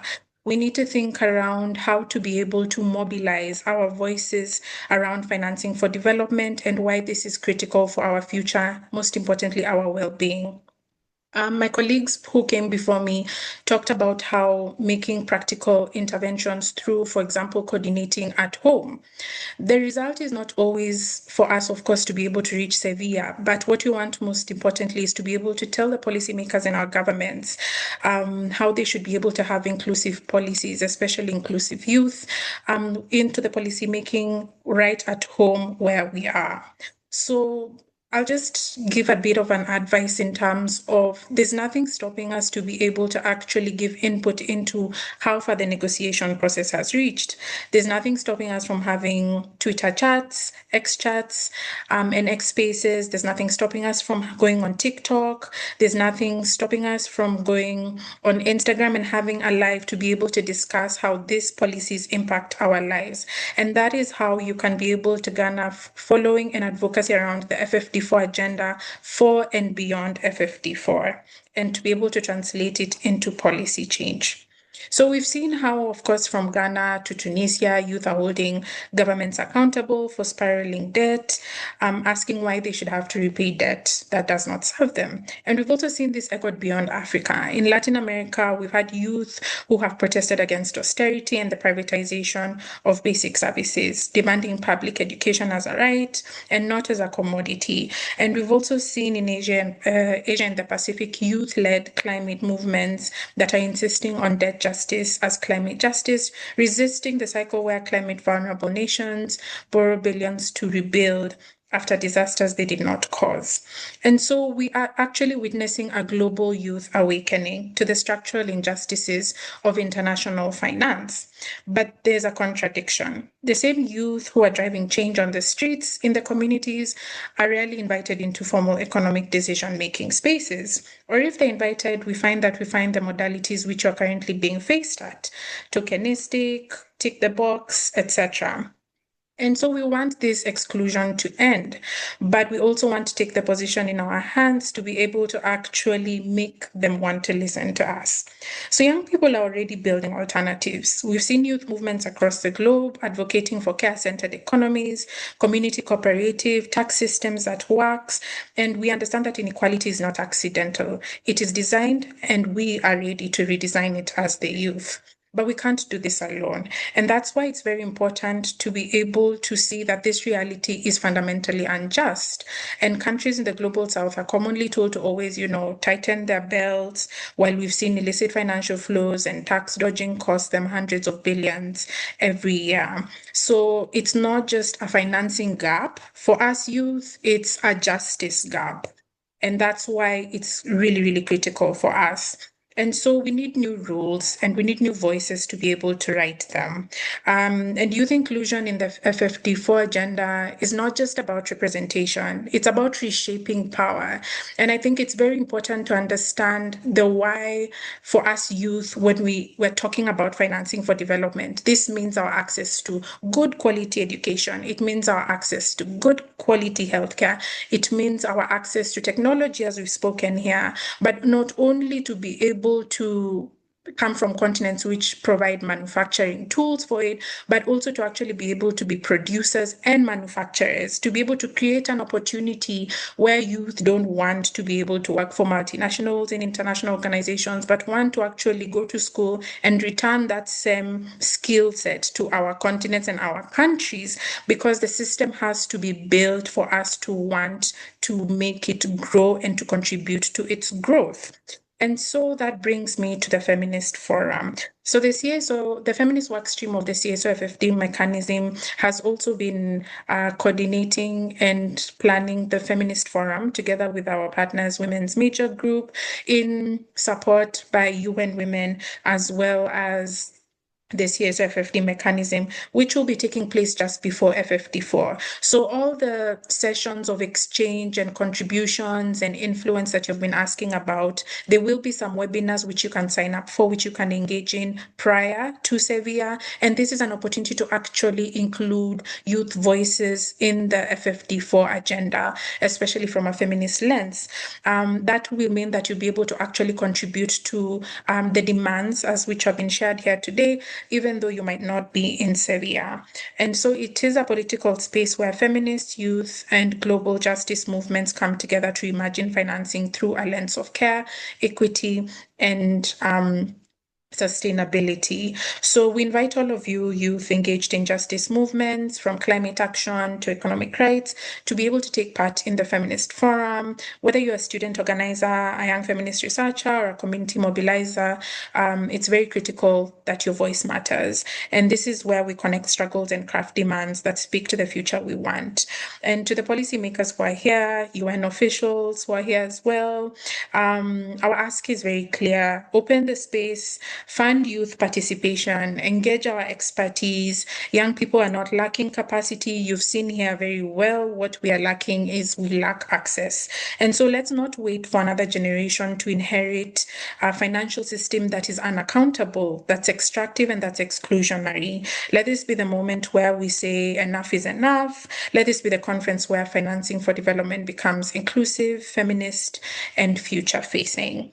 And just to finish off and give you back the floor, Gennaro and Nerimene, as someone who also falls under the youth bracket, I've always said that there's so many ways to be able to include your voice in terms of advocacy around the financing for development agenda. I myself consider myself more a literary activist, and so I write way more and all the time more than I'm speaking should the opportunity arise. And so feel free to write blogs, write your opinions, look at the outcome documents, tweet, call us, tag us, put on LinkedIn a post. We will be able to push it and garner attraction for it so that they can know the youth want to engage, they want to talk about this, they want to tell you what the issues are, and you will listen to us because social media passes way far than an outcome document. But thank you so much. Back to you, Gennaro and Nerimene, and thank you so much for having me. Thank you so much for giving your perspectives and telling us a lot more about the work of the feminist group and the feminist forum, which is also going to be happening before FfD-4, and then we hope to have a lot of synergies with the youth forum that we are planning to have as well. So now back to Nerineme and also back to the presentation, so we can introduce the speaker of actually a local speaker. So without further ado, Nerineme, go ahead. Oh, we're having John first. Okay, go ahead. Thank you so much, Genaro. So our next guest is John Romano. It's director and Transparency, Accountability, and Participation Network. So he leads the TAPE network focusing on promoting transparency, accountability, and inclusive participation in the implementation of the Sustainable Development Goals. He works on the nexus between financing and peace building. So welcome, John. Great. Thanks, everyone. It's a pleasure to be here. I'm John. I'm from the TAP network, but also in a past life, I was one of the deputy organizing partners of MGCY during the SDG negotiations. So always a pleasure to be engaged with MGCY and in forums like this. But I was asked to speak a little bit about on the nexus between financing and the FfD-4 conference and peace building. I think I won't go into too much detail on this because I think this goes without saying is that we know that in today's times in particular, we've seen quite a shift from away from development financing and development aid and cooperation, and unfortunately increasing military budgets more and more as years go on. I think this is a fundamental challenge that we're seeing. I think it's one of the unspoken issues or topics around the FfD conference and in general, I think around the UN. I think a big focus of our messaging as a network collectively will be and is around again, the shift from aid to military budgets. I think for us, it's not acceptable. We can't accept the excuse from governments that there isn't enough funding for aid and development cooperation when they're spending collectively trillions of dollars around military and conflicts and perpetuating war. So that's part of our focus around the FfD conference in terms of messaging. I won't go into too much detail on the outcome document itself. It is quite complicated, as others have highlighted. There's not a whole lot on peace and financing in the outcome document. Not surprisingly, tough to build a consensus, again, as we've heard on some of these issues, particularly around peace. There is one particular area in the outcome document around the humanitarian development and peace nexus, which is a positive thing I think that we should be latching onto. It's one of the very few and first references to the HDP nexus in an outcome document like this at the UN. And if we are to recognize the nexus between humanitarian development and peace financing, and just work in general, particularly at the local level, I think this is something that we can utilize going forward from the FfD conference if this survives the current text. So I won't go into detail on our messaging related to the FfD-4 conference, just to say that I think it is really important to engage really closely with the CSO FfD mechanism that Amelia had showcased earlier in this workshop. I think there are a lot of really important issues that the mechanism has been leading the charge on in terms of advocacy and coordination. So I think really important to just reinforce a lot of those messages coming from that mechanism. I think also, just talking, building on what has already been said, and Nicole also mentioned this just now as well. I think on top of engaging in the official process and around the negotiations and the outcome document, I think it's also really important for us collectively to be doing and leaning into storytelling. I think it's incredibly important for us to show the impacts of the work of civil society or young people around the world, show, where maybe some of these funding cuts that we've seen in recent years, what are the impacts of this on our work? How, in the face of these funding cuts, how are civil society and young people still building resilience, again, in the face of these kind of more existential challenges to our work? I think it's incredibly important to tell that story and to bring it to global forums like this. I think we all know that the UN and global processes like this are sometimes very difficult to really showcase the reality of people's lived experiences in these kind of at the global level. And I think doing storytelling in compelling ways through different mediums, there's different platforms that you can tell your story, I think is incredibly important, especially for these big splash moments at the UN and otherwise. One of the things that we as a network are also supporting is a couple of initiatives around storytelling. One is it's called the SDG 16 Storytelling Initiative. It's to help colleagues do this storytelling, understand how to make compelling storytelling narratives around SDG 16 on peaceful, just, and inclusive societies, which we work on closely as a network. And then also another initiative that is actually open for inputs called the Voices of SDG 16 Plus campaign. Is a video storytelling initiative where we bring videos from colleagues working at the national and local level to the HLPF every year to tell their stories. It's open for submissions. I can share more information in the chat box, and after this call, we'd love to have submissions, video submissions, to tell your story at the HLPF and beyond. There's a lot more detail around our campaigning and messaging around the FfD conference, which again, maybe I'll just share some links in the chat just to save some time. But I also wanted to just say one final point is that, we see FfD and these big ticket items as kind of something that we work towards for many, many months and years even. But I think we have to also recognize that this isn't or won't be the last moment for us to engage. There's a lot that we may not get from the FfD conference or the outcome document, but it doesn't mean that we still can't or should not push for some of these things, to be banging on the door for a seat at the table, to continue to do this storytelling and advocacy. And I think there's two really concrete things this year that I wanted to highlight. One is on the review of the peace building architecture that's due to happen this year formally at the UN. Maybe another entry point that MGCY can also coordinate engagement around.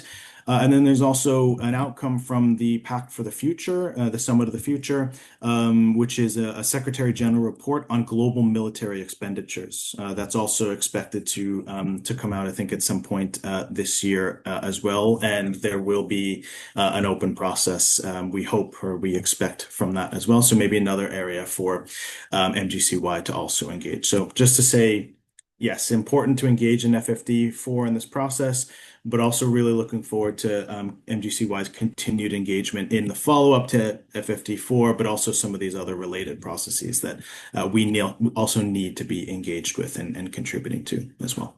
But I'll stop there. Thanks. Thank you so much, Mr. John. It was a precious speech. Thank you so much again. And we pass to our next guest. So just one moment, please.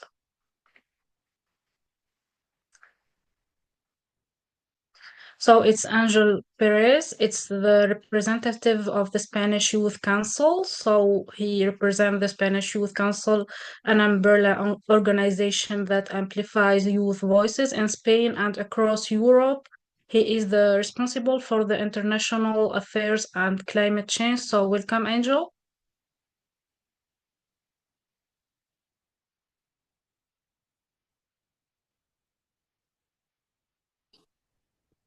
Hello, can you hear me? Yes, we can hear you, but we cannot see you. Oh, wait, I think the camera just...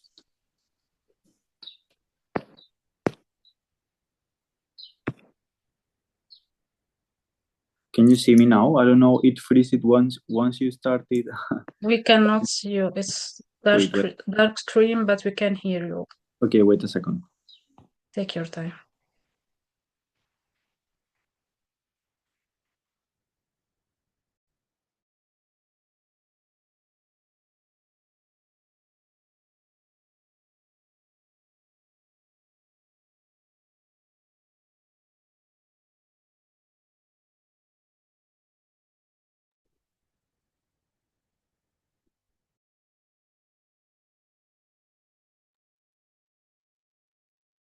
Maybe while we wait for Angel, we can have the next speaker.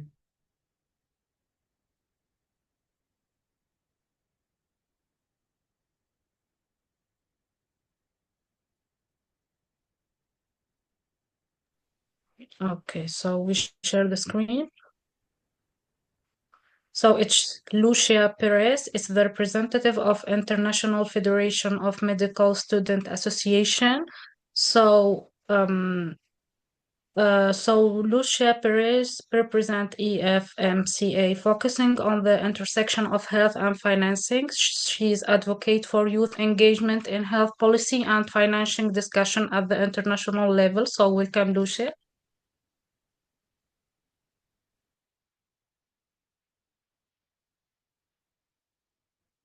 Hello, everyone. I hope that you can hear me well.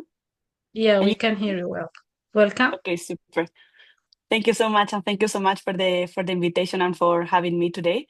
So I'm Lucia Perez Gomez. I'm currently representing the International Federation of Medical Student Associations, and it has been my pleasure to be involved in health for the last 7 years, from local to national, regional, and international levels.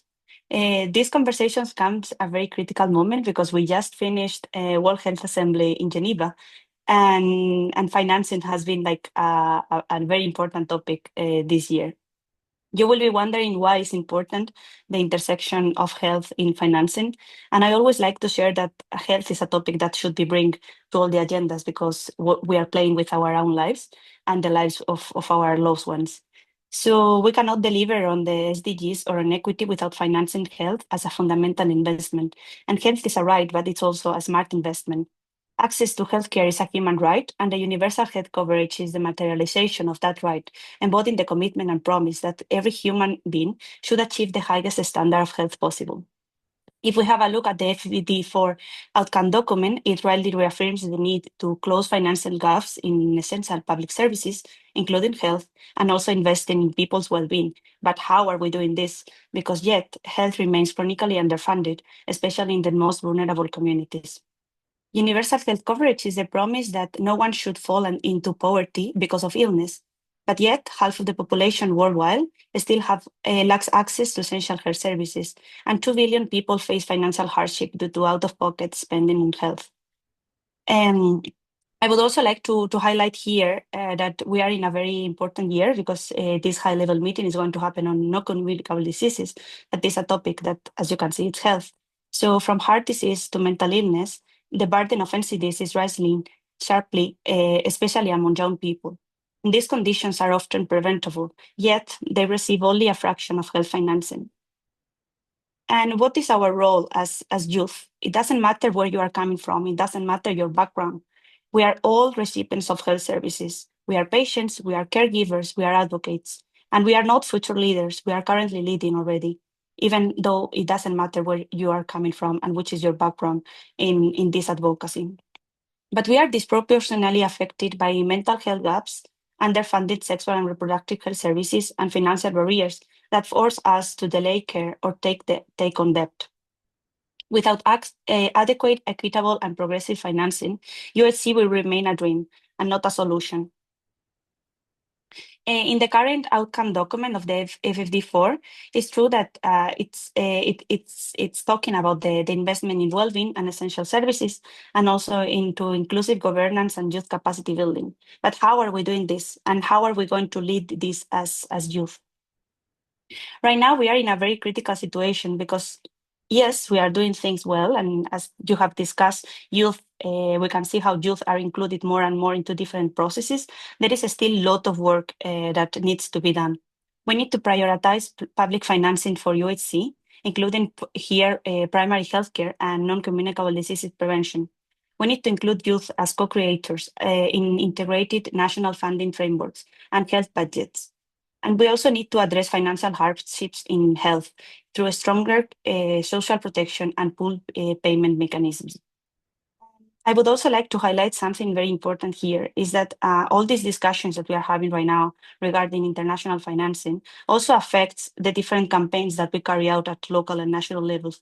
At the end of the day, it is how we have the real impact. It's going through our communities and investing in vaccination for children and youth. It's going through our communities and seeing that elderly population is increasing in some parts of our world and how the demographic dividends are changing in the way that they are changing right now within our communities.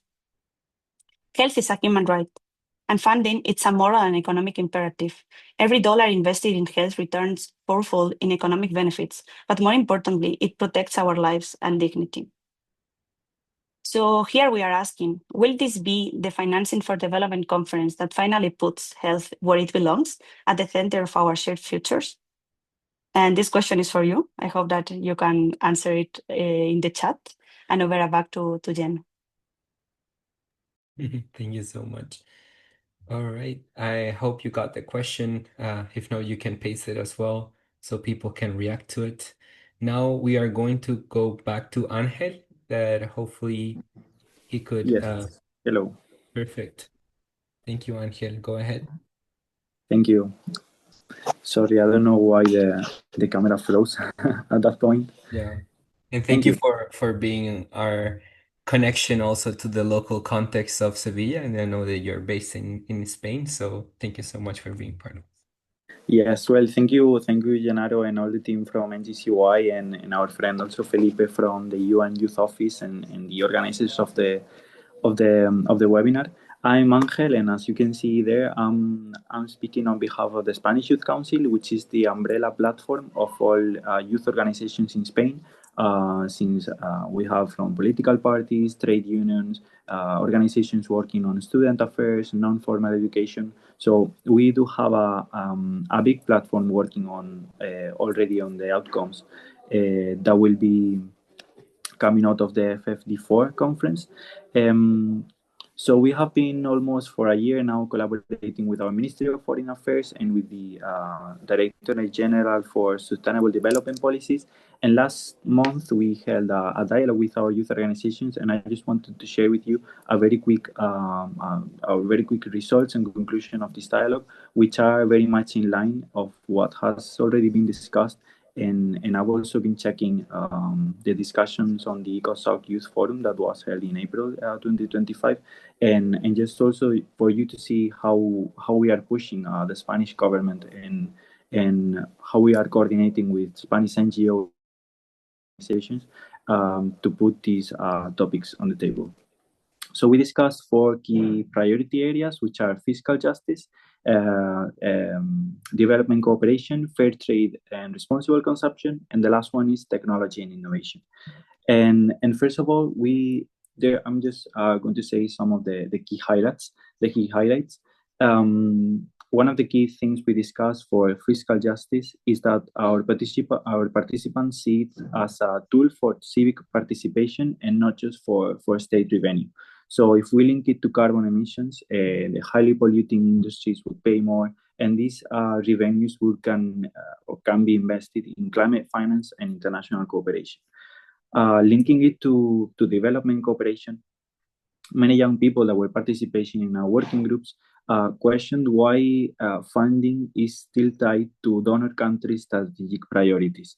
And then we called for a binding international convention on development cooperation under the UN auspices to ensure that shared rules, accountability, fairness, and build a truly horizontal partnership between countries to address this development cooperation issue.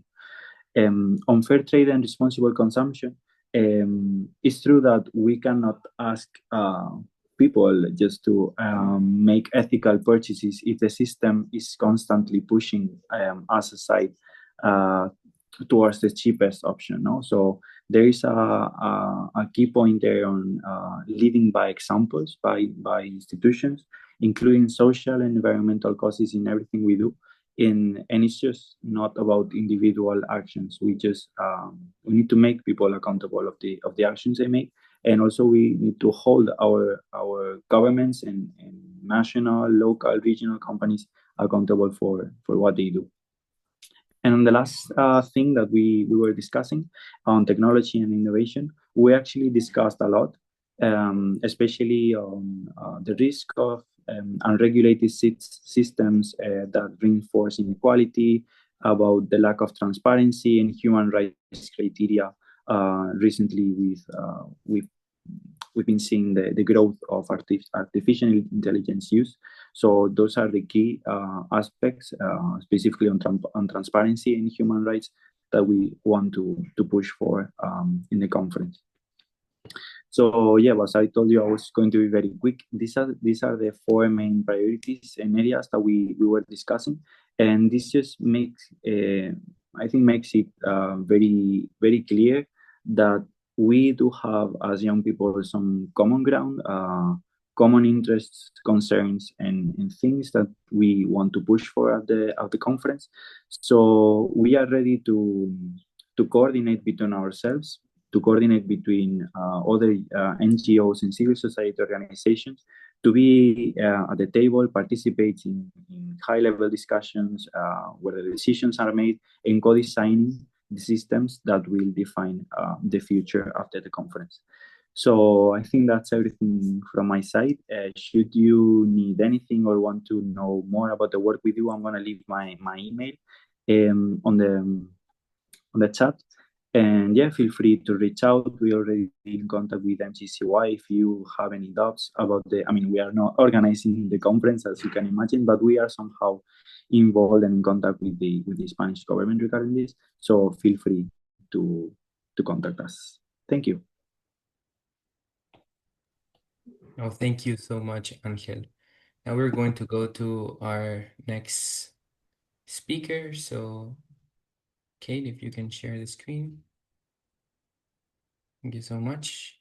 So our next speaker is Polina Hirshova, and she works with Eurodat Debt Justice Team, focusing on policy advocacy related to debt justice and sustainable development financing.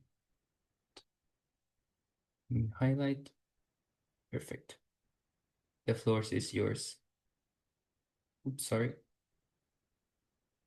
Let's click. No. Perfect. Thank you so much, Genaro. Hi, everyone. Good morning, evening, afternoon to everyone that is participating in this amazing webinar.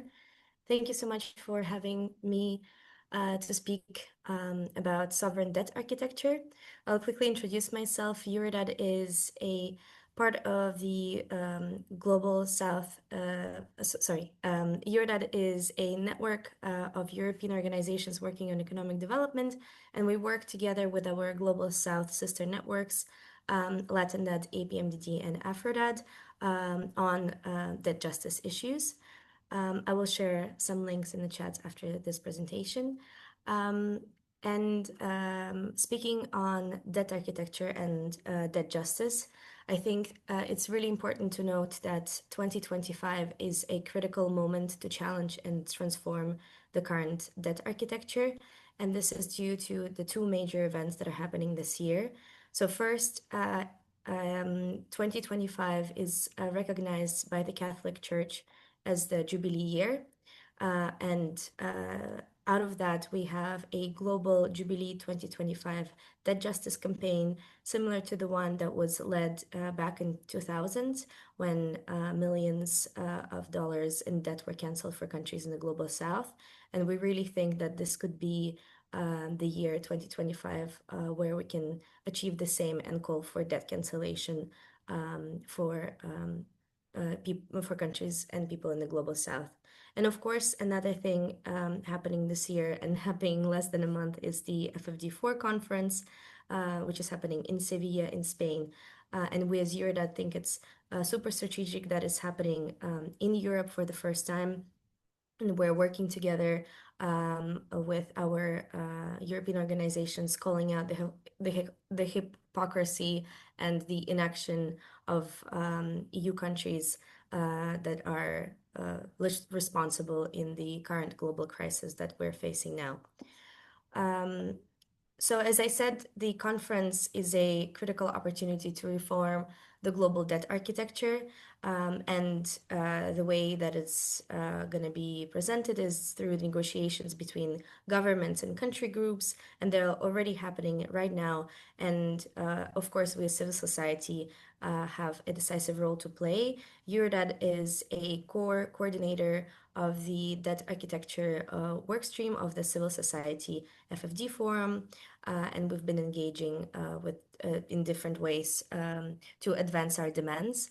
And so what is our demand is the achievement of the UN Framework Convention on Sovereign Debt at the FfD conference, and specifically for countries to agree on a process to then negotiate that convention.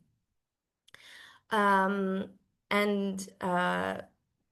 FfD conference is critical because it's happening amid a full-blown debt crisis. And as previous speakers have already mentioned, countries in the global south spend more on debt servicing than on education and healthcare, which is unprecedented. And we really need to make sure to put pressure on member states to achieve meaningful outcomes for debt justice. And this is also happening while countries in the global south are actively pushing for structural reforms on debt, specifically the UN Framework Convention on Sovereign Debt, were supported by the Africa Group, OASIS, which is the Alliance of Small Island States, Pakistan, Nigeria, Egypt, Brazil, and Cuba. They have all called for transformative reforms on debt architecture. And so we really think that this will be a key battle in Sevilla. And to this day on, as we are speaking on the 2nd of June, the good news is that we have the most ambitious language in the outcome document still intact. And I think this is due to the immense pressure and work that has been going on by countries and country groups of the Global South, like Africa Group and OASIS, and they have been really pushing to keep the most progressive language in place, while the UK, Japan, and the EU have been actively blocking proposals and reforms, and actually creating some really counter proposals that are lacking in ambition and we have been calling out those outrageous proposals, which are completely inadequate and unnecessary to meet the needs of the current debt crisis and the global south. So right now, countries are also negotiating in what is called the informal informals. These are the type of activities and where civil society is not allowed to participate. And another item that we wanted to share as of today is we are afraid that the outcome document negotiations will close before the conference, which is not a good sign, which means that we won't be able to put as much pressure during the conference on certain items and certain reforms to be in the fight and to keep fighting for them. So we really hope that it's not the case and the outcome document text is gonna be alive and we will be able to negotiate it in Sevilla. But these are the most recent news that we received from colleagues. And just to also wrap up my intervention, I wanted to call on the people participating in this session and really kind of stress the importance of engagement across different mediums, not only in Sevilla for those who cannot attend, but supporting calls internationally in your cities, in your countries, calling out your governments, making sure that the message is spread on debt justice, either through the Jubilee campaign or through, you know, making the links with your own realities and the cause of debt and FFD.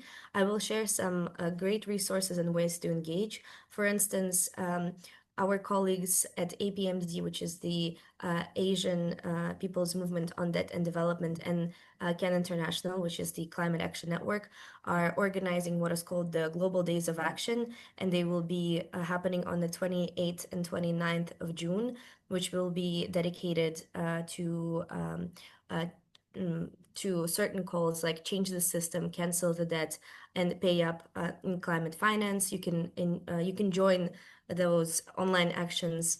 There's also a European-based campaign which we are running with several partners in Europe called Era of Justice, which is also linked to the FfD-4. And basically, there are different groups mobilizing for FFD. There's Debt for Climate, there's the also Financing for Development is organizing several capacity buildings. So now is really the crunch time to put pressure on governments, on your constituencies to make sure that we achieve debt justice at FfD-4. I'll stop there. Thank you so much. Thank you so much, Paulina, and thank you as well for volunteering for facilitating the next activity, which I'm going to explain right now. So, Kate, if you can go to the slides where we talk about meaningful youth engagement, I'll go really fast to explain what are the next steps for our engagement at FfD-4. Perfect.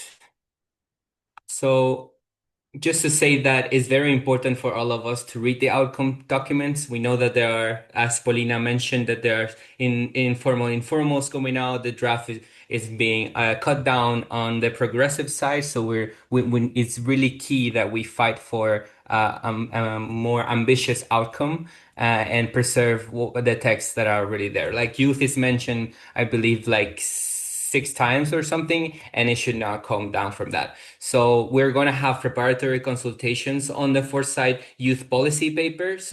But this session will also contribute to being the first time we actually put inputs to this paper.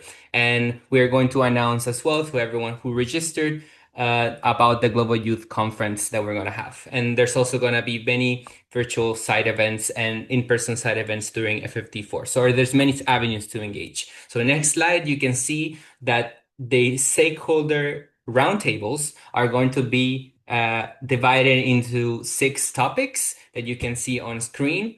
And for what are we going to do now? And if you go to the next slide, we have 6 facilitators who are going to be leading these breakout groups where we want everyone to contribute in a discussion so we can get our first inputs to our global youth policy brief that is going to be shaping first, what do we want to ask from youth? So if you go to the next slide, you'll see an example of what you're going to see in the breakout groups. We're going to work with a platform called Miro, and I'm going to be pasting the links in the chat. So by 2, because the chat doesn't allow me to put all the links at once.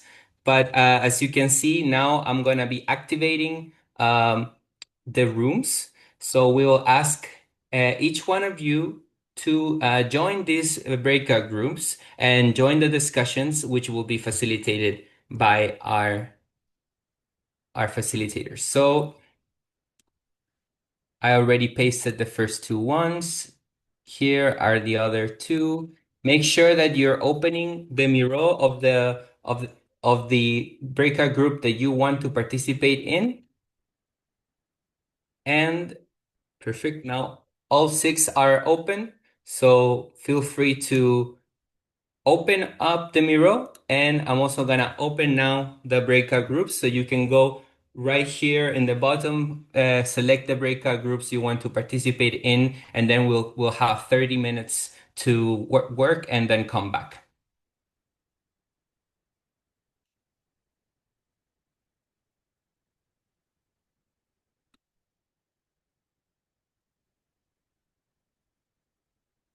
If you have any issues joining as well, let me know and I can manually add you, but kindly join those breakout groups right now.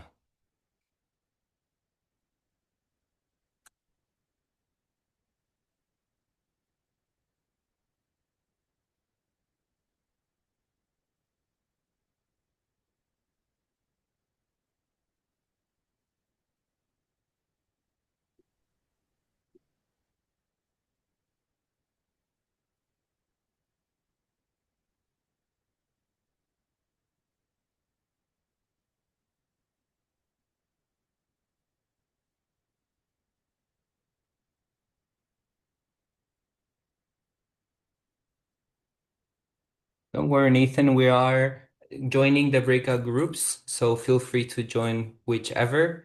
And if not, I can manually add. You can enter the Miro as a guest, or you can join with your Google account. We see a lot of people that haven't joined the breakout group, so please join as the conversations are in course.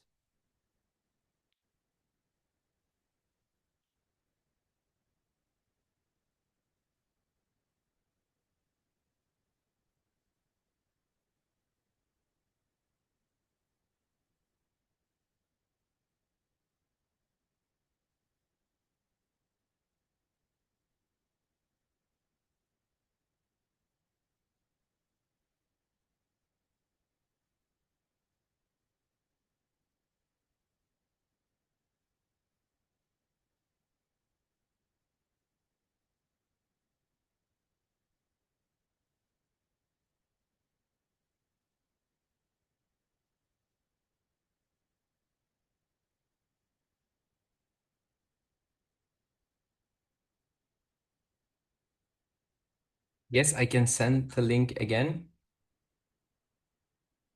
Which one? Because I have 6. Let me just copy all of them. So 5 and 6 is here. 4 and 3 is here.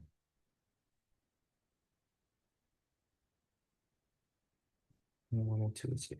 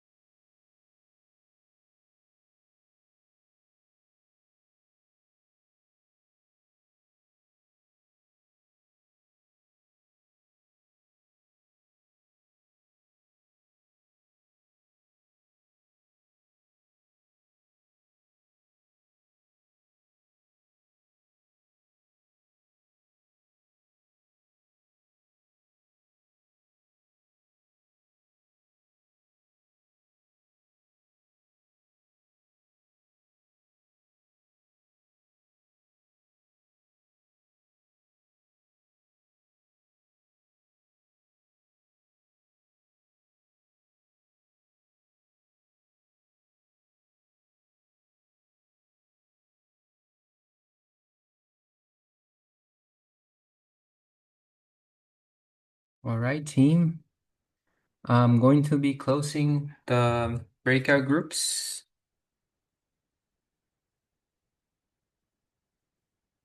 In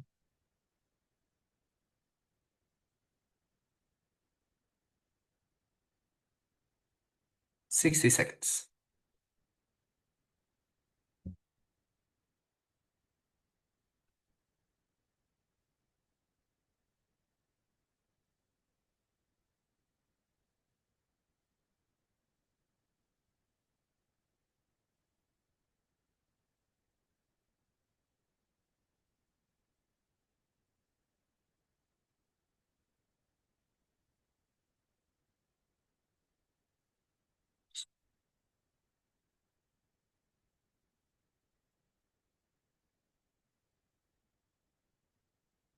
Hello. Hello again. Welcome back, everyone. All the breakout groups will be completely closed in 5, 4, 3, 2, and 1. See the numbers hyping up again?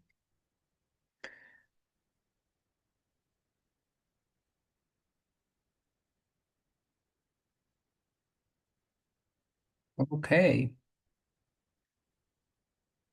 So, Kate, if you're there, maybe we can share the screen for the last time. I also want to share something that the Youth Climate Coalition created a WhatsApp group for all of us to continue. So I just asked them, like, how about we just make this the official group? So I'm going to be leaving in the chat, and this will be shared afterwards as well. If you want to engage more closely on the follow-up of this event, we can all join this WhatsApp chat, and yeah, we will be accepting the people on a basis. So coming back, the next will be reporting back from this plenary. I know that it was a short time to engage, but we loved all your inputs. I was seeing all those Miro going everywhere. And just to say that this Miro will be open for the rest of the day. So feel free to put inputs and so on, especially on column 2, which is going to be the questions for the next process, which is going to be launching a survey to get further inputs from all over the world on what's going to be our global youth policy brief. So thank you so much for your contributions. Now we're going to go on let's start maybe with the breakout session number 6. So reforming the financial architecture. Jawon, if you can please give us an overview of the discussions and the key messages that we're giving there. Thank you very much, Gennaro, for handing me the floor. My name is Jaewon, and I'm serving as the interim focal point on International Tax Corporation here at MGTY, and I have served as the facilitator for the sixth breakout session on the agenda of reforming the international financial architecture and addressing systemic issues. In this session, participants expressed the urgent need for consistency and complementary across multilateral development banks, in particular to transactions, partnerships with other MDBs, and fiscal innovation. Participants also expressed the urgent need to transition beyond monetary indicators for development, but assessing outcome-linked factors when considering developmental aid and other works done by MDBs. They also suggested the importance of multilateral development banks to catalyze private sector mobilization, especially through intersectional principles of gender, climate equity, and inclusion. Tax reform and tax justice were also determined as a critical element of the reformation of the international financial system, especially through the upcoming work of the United Nations Framework Convention on International Tax Cooperation and the Intergovernmental Negotiating Committee. In particular, participants also demanded redistributive, fair, just, and equitable global tax systems that eliminate tax avoidance, permanently cancel sovereign debt, that terminates illicit financial flows and delivers sufficient resources to ensure quality public services, including quality public education, lifelong learning opportunities, universal public health, social protection, clean water, and renewable energies. In regards to the policy brief, participants of this session identified systemic issues of corruption, misuse of governmental funds, power asymmetries in international lending and decision-making bodies, the lack of inclusivity of stakeholders from the Global South and other marginalized stakeholders, and the lack of institutional commitment to achieve full and effective reformation. They also demanded global development that centers on youth, indigenous and local knowledge, climate resilience, achieving complete debt reform and fair representation of all stakeholders in the relevant bodies and processes to the reformation of the international financial system. Participants also identified possible options to contribute towards this reformation as stakeholders, such as civic participation in local and regional levels, representation and engagement of stakeholders from the Global South, and alignment of national policies to the standards of international financial frameworks.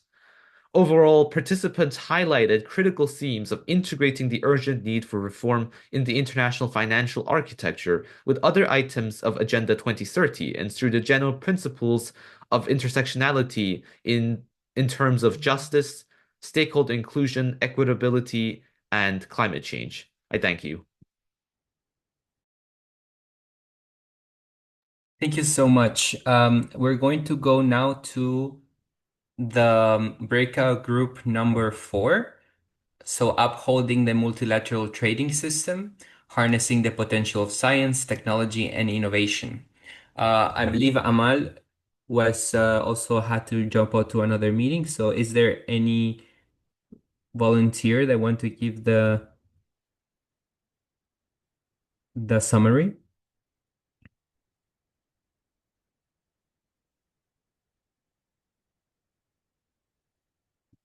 From that breakout group?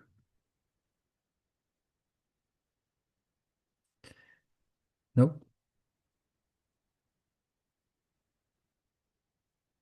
Go ahead and unmute yourself. Or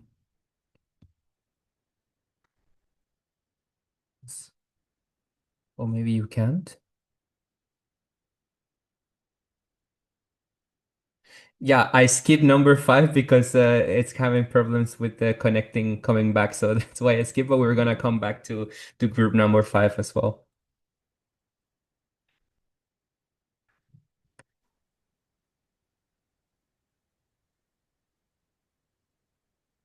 The unmuting is disabled. Yeah, well, I will change that now.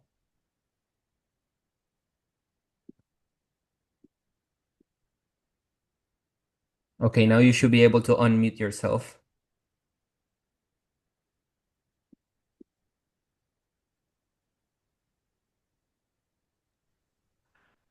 Okay, let's continue to group number 3, revitalizing international development cooperation. So Daniel, are you here?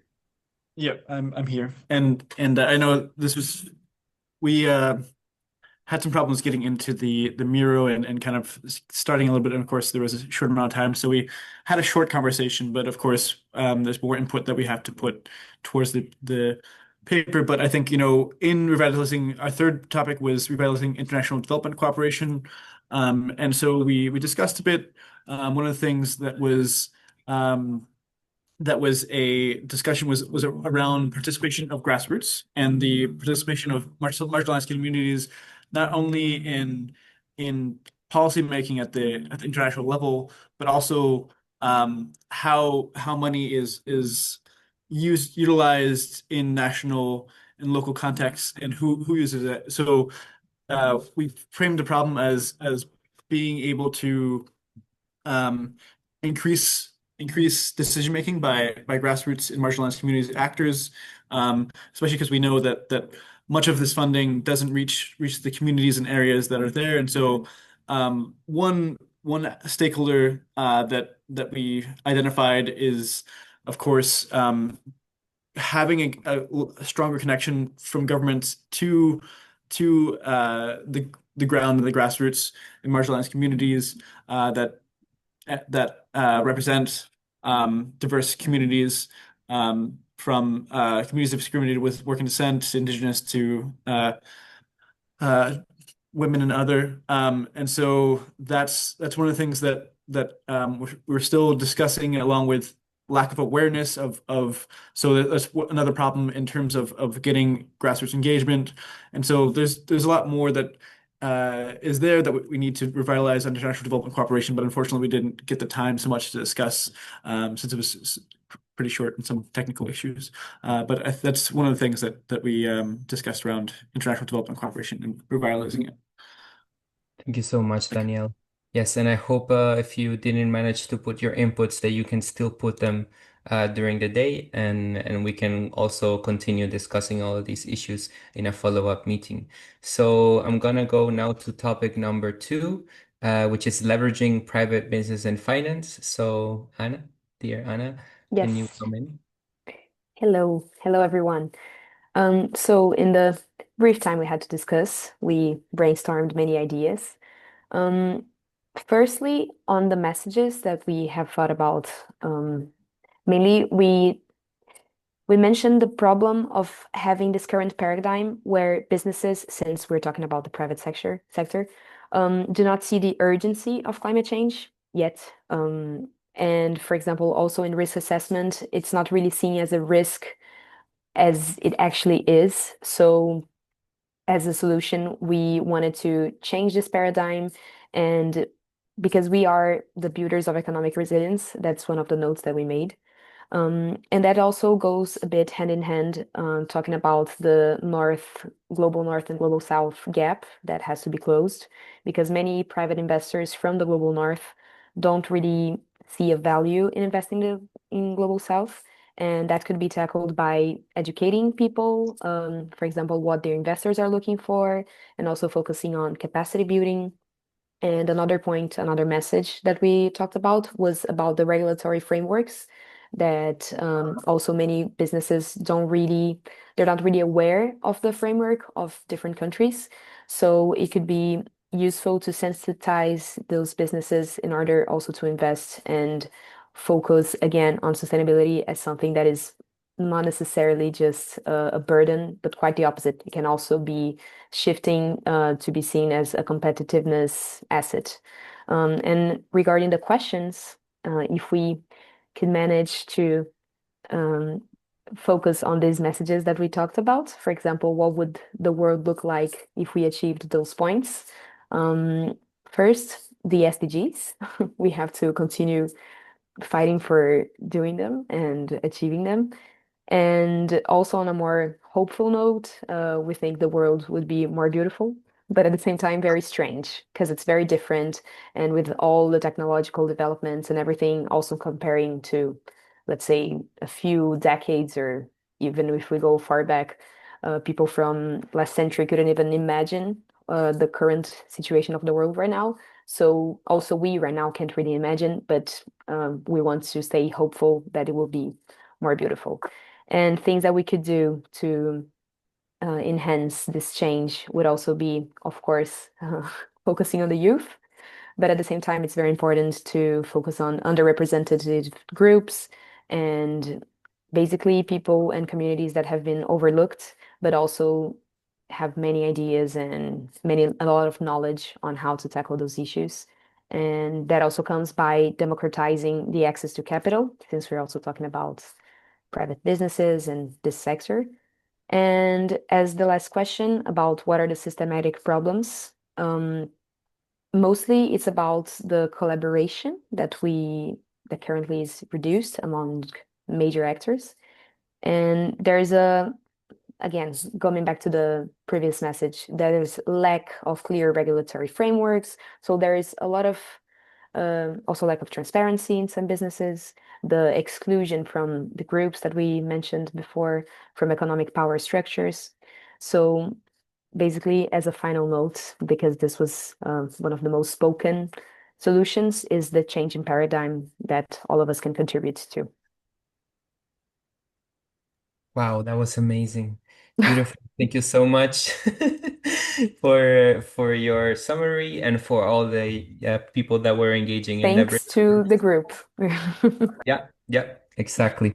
So let's move on to number one, mobilizing and analyzing. Not yet, Kate. I wish, I wish, but we are really out of time. So let's try to make it brief. So mobilizing and aligning domestic public resource. Amyal, are you there? Yes, Yeah. thank you. Thank you. I will be quick and short. So, we have had some chance to talk, and some of the participants share their insight. But beside, we also had most of the participants who have shared their inputs directly to the mirror board, and we mostly start with sharing about our own context, coming from different countries, how young people supporting each other with relying without relying on financial support from outside of their countries, and how they can mobilize young people to come and talk together and bring up some creative ideas toward the issues that are happening within their communities. And we have also discussed some of the inputs were that there were less support from the government, the trust, the mistrust from the government that sometimes causes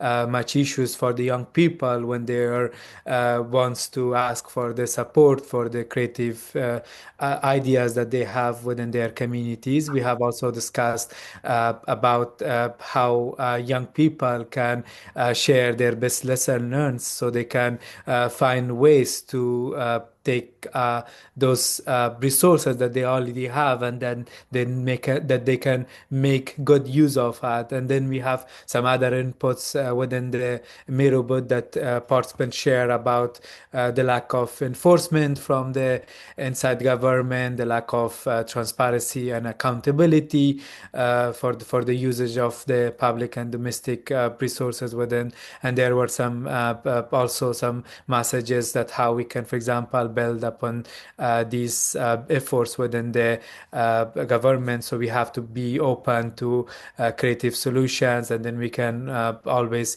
see how we can make the best of our voices to somehow fight against the corruptions whenever we see within in our communities, or within it's in our government or officials. So that these were like all the inputs, and I think there were like lots of inputs that are in the Miro board. So I hope that some participant will be sharing it like after this meeting. Thank you. Well, thank you so much for facilitating the discussion and for the participants for putting their inputs. And last group would be the one on debt. So Paulina, if yeah, no, now you can Sure, give your thank you so much. Can you hear me? yes, I can. Great, perfect. So my report is pretty self-explanatory. We're few people engaging in the group, but we still had some nice ideas. So there was we discussed renewable energy and the way that it's perceived in the global north, and actually how it's not really sustainable and green as people perceive it and policymakers perceive it. So pushing back against false solutions is really important when it comes to debt. Making sure that the climate finance that is given to the countries in the global south doesn't create more debts as well. We're also calling for a recognition of colonial debts owed to the global south, and it also links to the climate crisis. So climate debts, colonial debts, odious debts, we're all calling for the cancellation of them. Then we are also amplifying the voices of the youth and making sure that they are at the front seat at the table when the decisions are made on debts in their own countries.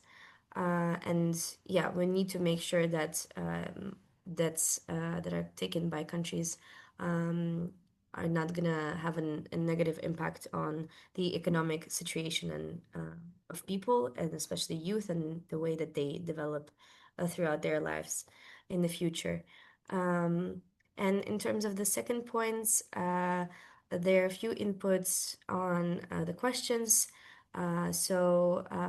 We want to see a world, how would that world would look like if we achieve a debt that would start actually be a tool of progress, if ever actually for developing countries, how we can transform that dynamic for developing countries to actually finally be developing on their own. And what can be done for that is demand full debt data disclosure, which is connected to the principles of responsible lending and borrowing, and debt registry. Some of the systemic problems that is blocking the world is obviously where these debt decisions are made, and they're made by the developing countries in the global north, and usually benefit them and the creditors. So I'll stop right there. Thank you. Thank you so much, Paulina. Now we are finally done with the summaries, but the work is not done here. So if we can go to the next slides. And yeah, another reminder that the Miro will be open for the rest of the day so we can collect these inputs. Then we're going to share what is going to be a draft of the message and the questions where you can directly put comments and so on before we jump into a wider survey that will collect inputs from youth all over the world. So next steps of coordination, you can also join the now recently created WhatsApp group that I'm going to be posting again in the chat right now. So yeah, you can join the chat. And well, if you are participating as well in FfD-4, there's going to be a lot of events. We launch a speaker opportunity form back well a month ago, and we're going to be collecting some of these people if we get the opportunity to nominate people to speak. But there's also going to be a lot of bilaterals and meetings, and where we're going to meet, for example, the one of the presidencies to give them our inputs personally, and we're going to be informing of all of these in the updates on the WhatsApp group and in email form. So if you have any other activities you want to share that you're organizing as an NGO or as a collective, feel free to also use these platforms to share.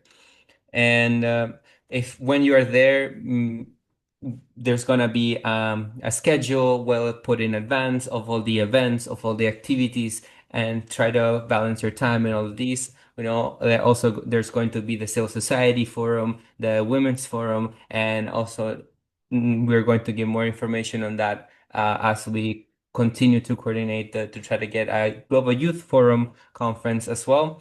So make sure that we have a balanced participation in all of these spaces. And yeah, connect with your personal interests as well. So I want to thank again everyone for joining this session. It was delightful to see so many different experiences, so many messages on the importance of youth engagement.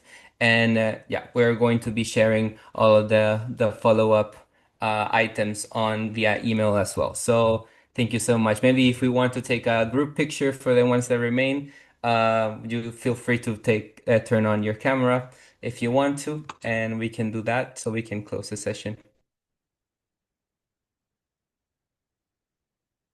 All right, I see first screen. So on the count of 5, 5, 4, 3, 2, 1. Perfect. Now I see another screen. So 5, 4, 3, 2, 1.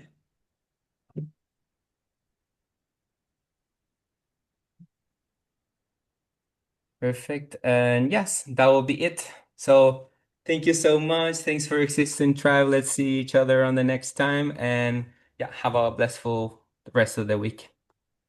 Ciao. Thank you. Thank you. Ciao, everyone. Thank you.